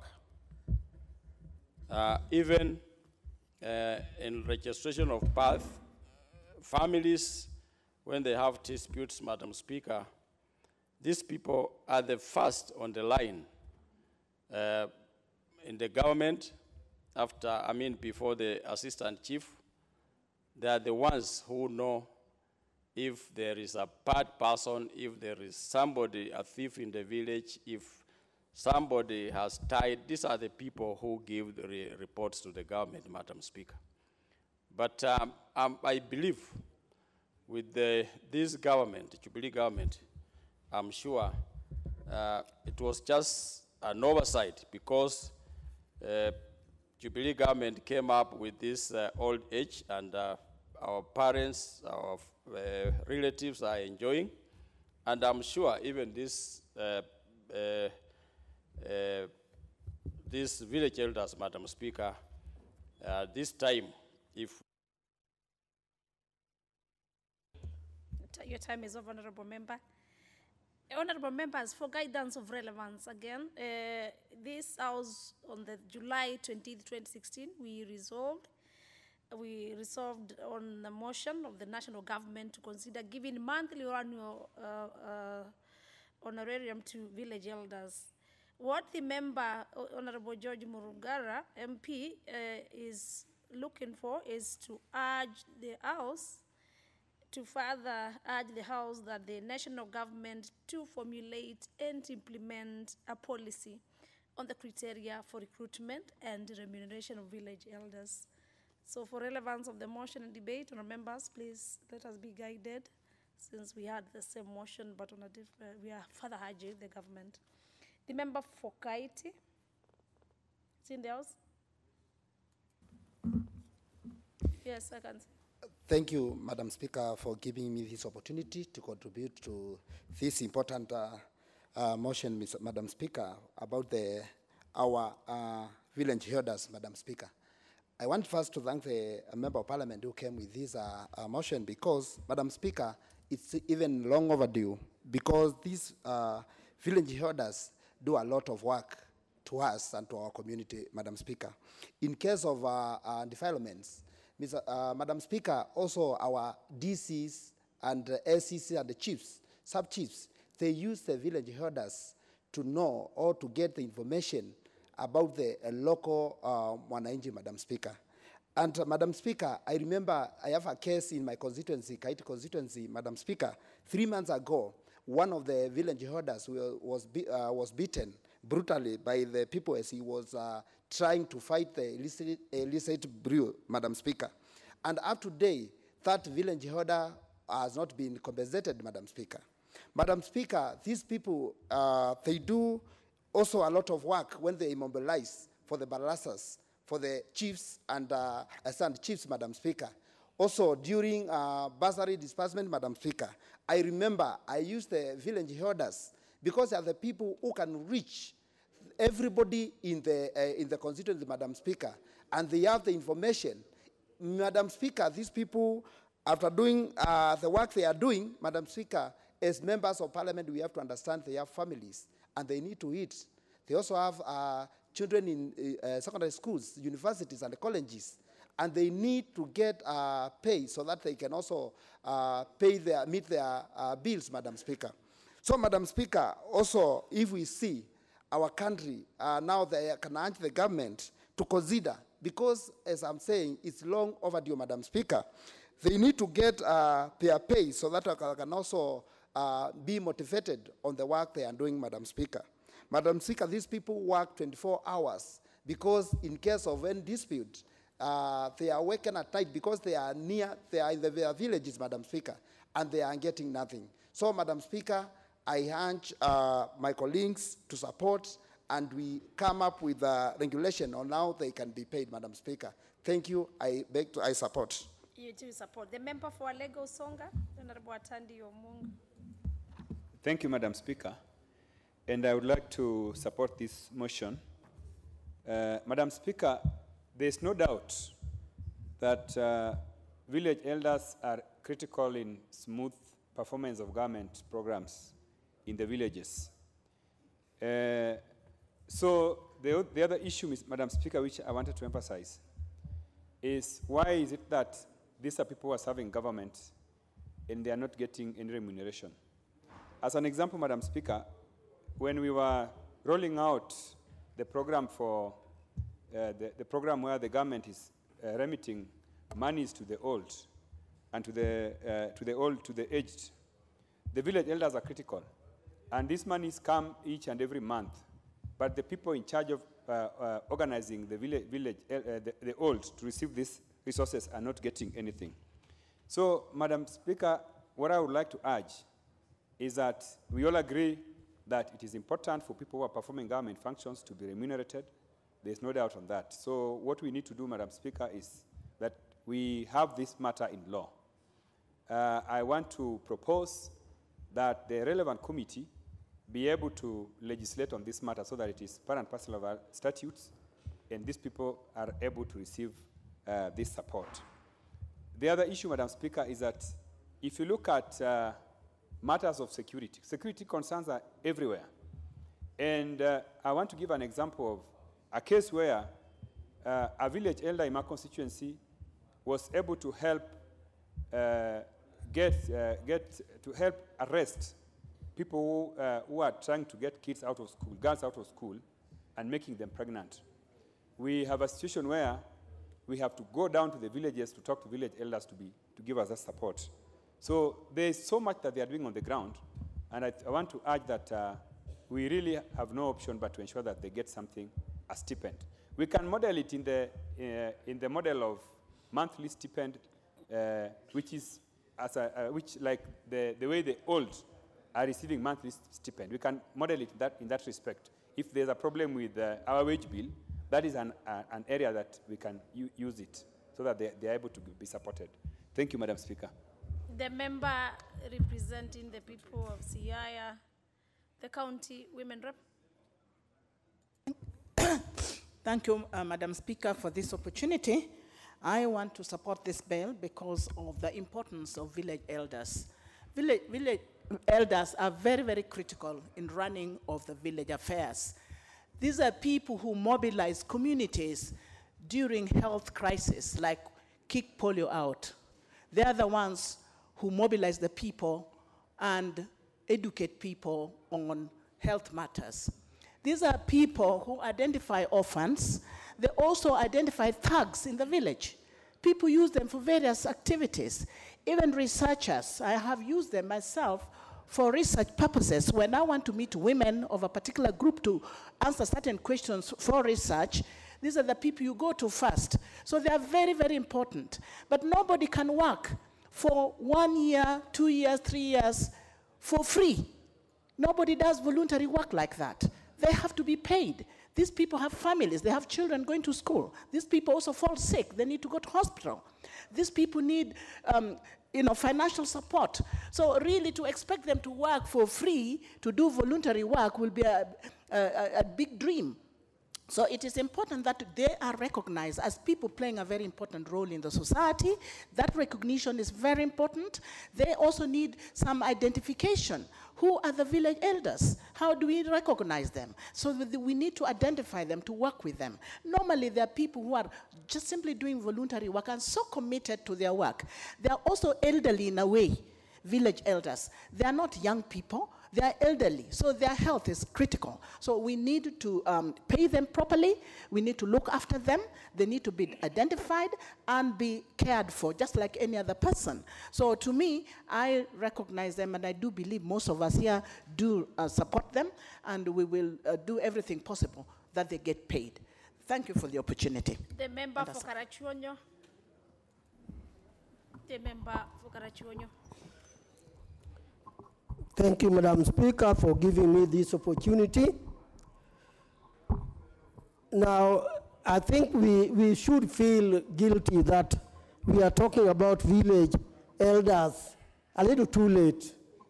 They have been exploited for a long time, Madam Speaker, and now that their case has come to this house, we should make sure that they are paid, and paid well enough at least for their jobs. Now, if you go to land issues, the government depends on village elders for advice, and their advice normally is very important for whoever is judging the case. On educational matters, like my colleagues have said, we use them quite a lot. The government uses them, and we cannot really ignore their performance on us. Currently, as we speak, Madam Speaker, the government has a food policy, and this is one of the big 4 agenda of the government. The people who can get the villagers to go to their shambas and till their land for food production are the village elders. They are very useful for this kind of situation. Now, we expose them to a lot of dangers. Look at the illicit brews. Those who brew these drinks do not take it light if they are arrested, and they normally think it is the village elders who inform the authority to arrest them. And when they are arrested, they take offense, and sometimes they become dangerous to the village elders. I think in disputes, we use them. Chiefs use them. Assistant chiefs use them. The government as a whole, they are actually government employees without anybody recognizing them for their contribution to the government. Well, thank you, Madam Speaker. I support the motion. Very well. There's this member that these people know him different, but as the speakers, we know you by the name that you were sworn with, the member for Mwingi Central. I know your people call you Kisithe, but here we call you Honorable Mulyungi Mutemi. Honorable Mulyungi Mutemi. Thank you, Madam Speaker. I rise to support this motion by my friend Murungaru, MP for Tharaka. Madam Speaker. The member, the holder is not Murungaru. It's good to be on record. It's George Murungara. Murugara, yes. Yes. George Murugara. I'm sorry. Madam Speaker, we know everybody in the village, and we know these people, the village elders, and these are the people who know everybody in the village, including ourselves. They know those who are law-abiding, those who are criminals, and those who are drunkards. They oversee peace, security of the villages. They are also judges. They mobilize, and they get first-hand information, like in Turkana, where people are dying of hunger. These are the people who are giving the information. To do all this, they must be facilitated. Even with mobility, they must command respect. Unfortunately, they earn nothing. There are no regulations. There are no policies to guard them. I've received delegations in my home. These people complaining that they have nothing. They look poor. They have no clothes. They are dirty. And when you look like that, you do not command respect. And you cannot be respected as a judge. And in some instances, even families are broken. Wives have left their husbands because they don't understand how somebody can work for nothing. Government has been using them like slaves. We know slavery is illegal, and therefore these people must be compensated. There must be policy, or now they are going to be compensated. They need to be mobile. They need to move from point A to point B. They need to feed. They need to clothe, and they also need uniform. Madam Speaker, government must therefore come with policies to guide this and facilitate them and pay them honoraria or allowances or salaries. I hope this House will not be a talk shop for this motion. Therefore, Madam Speaker, I support. Very well, honourable members. The following members are willing to speak to this motion: the member for Subukia, the member for Mukurweni, the member for Vujunila, Ikolomani, a member for Lari, a member for Kajiado, member for Undani, member for Mwea, member for Limuru, Kitutu Chacha, member for Bumula. But because it's a house of rules and procedures, and I'm aware village elders are everywhere, in every constituency, including my own constituency, Kibwezi East, and if I was that side, you know which side I would be. Since this house is guided by procedures, and every motion has a limitation of time, I am therefore calling the mover to reply.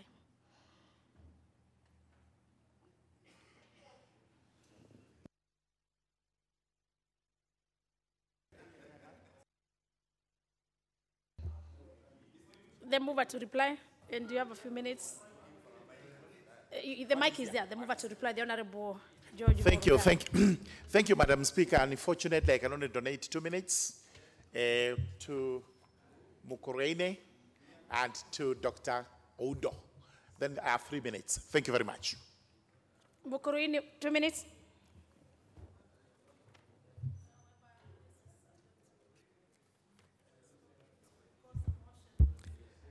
Thank you. Thank you, Madam Speaker. And I thank you, my colleague, George, Honorable George Murugara, for donating a minute to me. Madam Speaker, I rise to support the motion about the village elders, who are also known as Nyumba Kumi. These are the people who hold the common fabric of the public together. It's the glue that holds the community together. These are the people who are the medical doctors of the village. These are the people who collect intelligence in the village. And for working for 24 hours, all what they get is nothing from the government. And we are saying, who is this person who is prepared to work for the government with all his might, but he doesn't get anything in return? They must be compensated for the good work they are doing on the ground. I support. Very well. The member, the beneficiary of the other 2 minutes. Our members, we are still looking into the standing orders on the issue. Thank you, Madam Speaker, for this Yes. opportunity. I wish to thank my good friend, Sir George, as we call him, for this generosity. George. Yes, Sir George, for this generosity. Madam Speaker, I stand to support the motion because the so-called village elders, we call them Ligrus in my constituency, they are really the first point of call for disputes, especially between man and wife, between man and children, family and children. The first call for dispute resolution in respect of land disputes, boundary disputes. Madam Speaker, they help us so much gather relevant information on the ground. They have assisted me greatly in the issue of identifying needy students for bursary awards. They helped me greatly in identifying needy members of family for the cash transfer program and the rest. And for this, I sincerely request the government needs to look at them with a bit of fairness and award them some honoraria to support them for the good work they do. I support the motion. Thank you. Very well. Your 4 minutes, the honorable member. Thank you. Thank you, Madam Speaker. In reply, I wish to thank the honorable members of the House for the overwhelming support.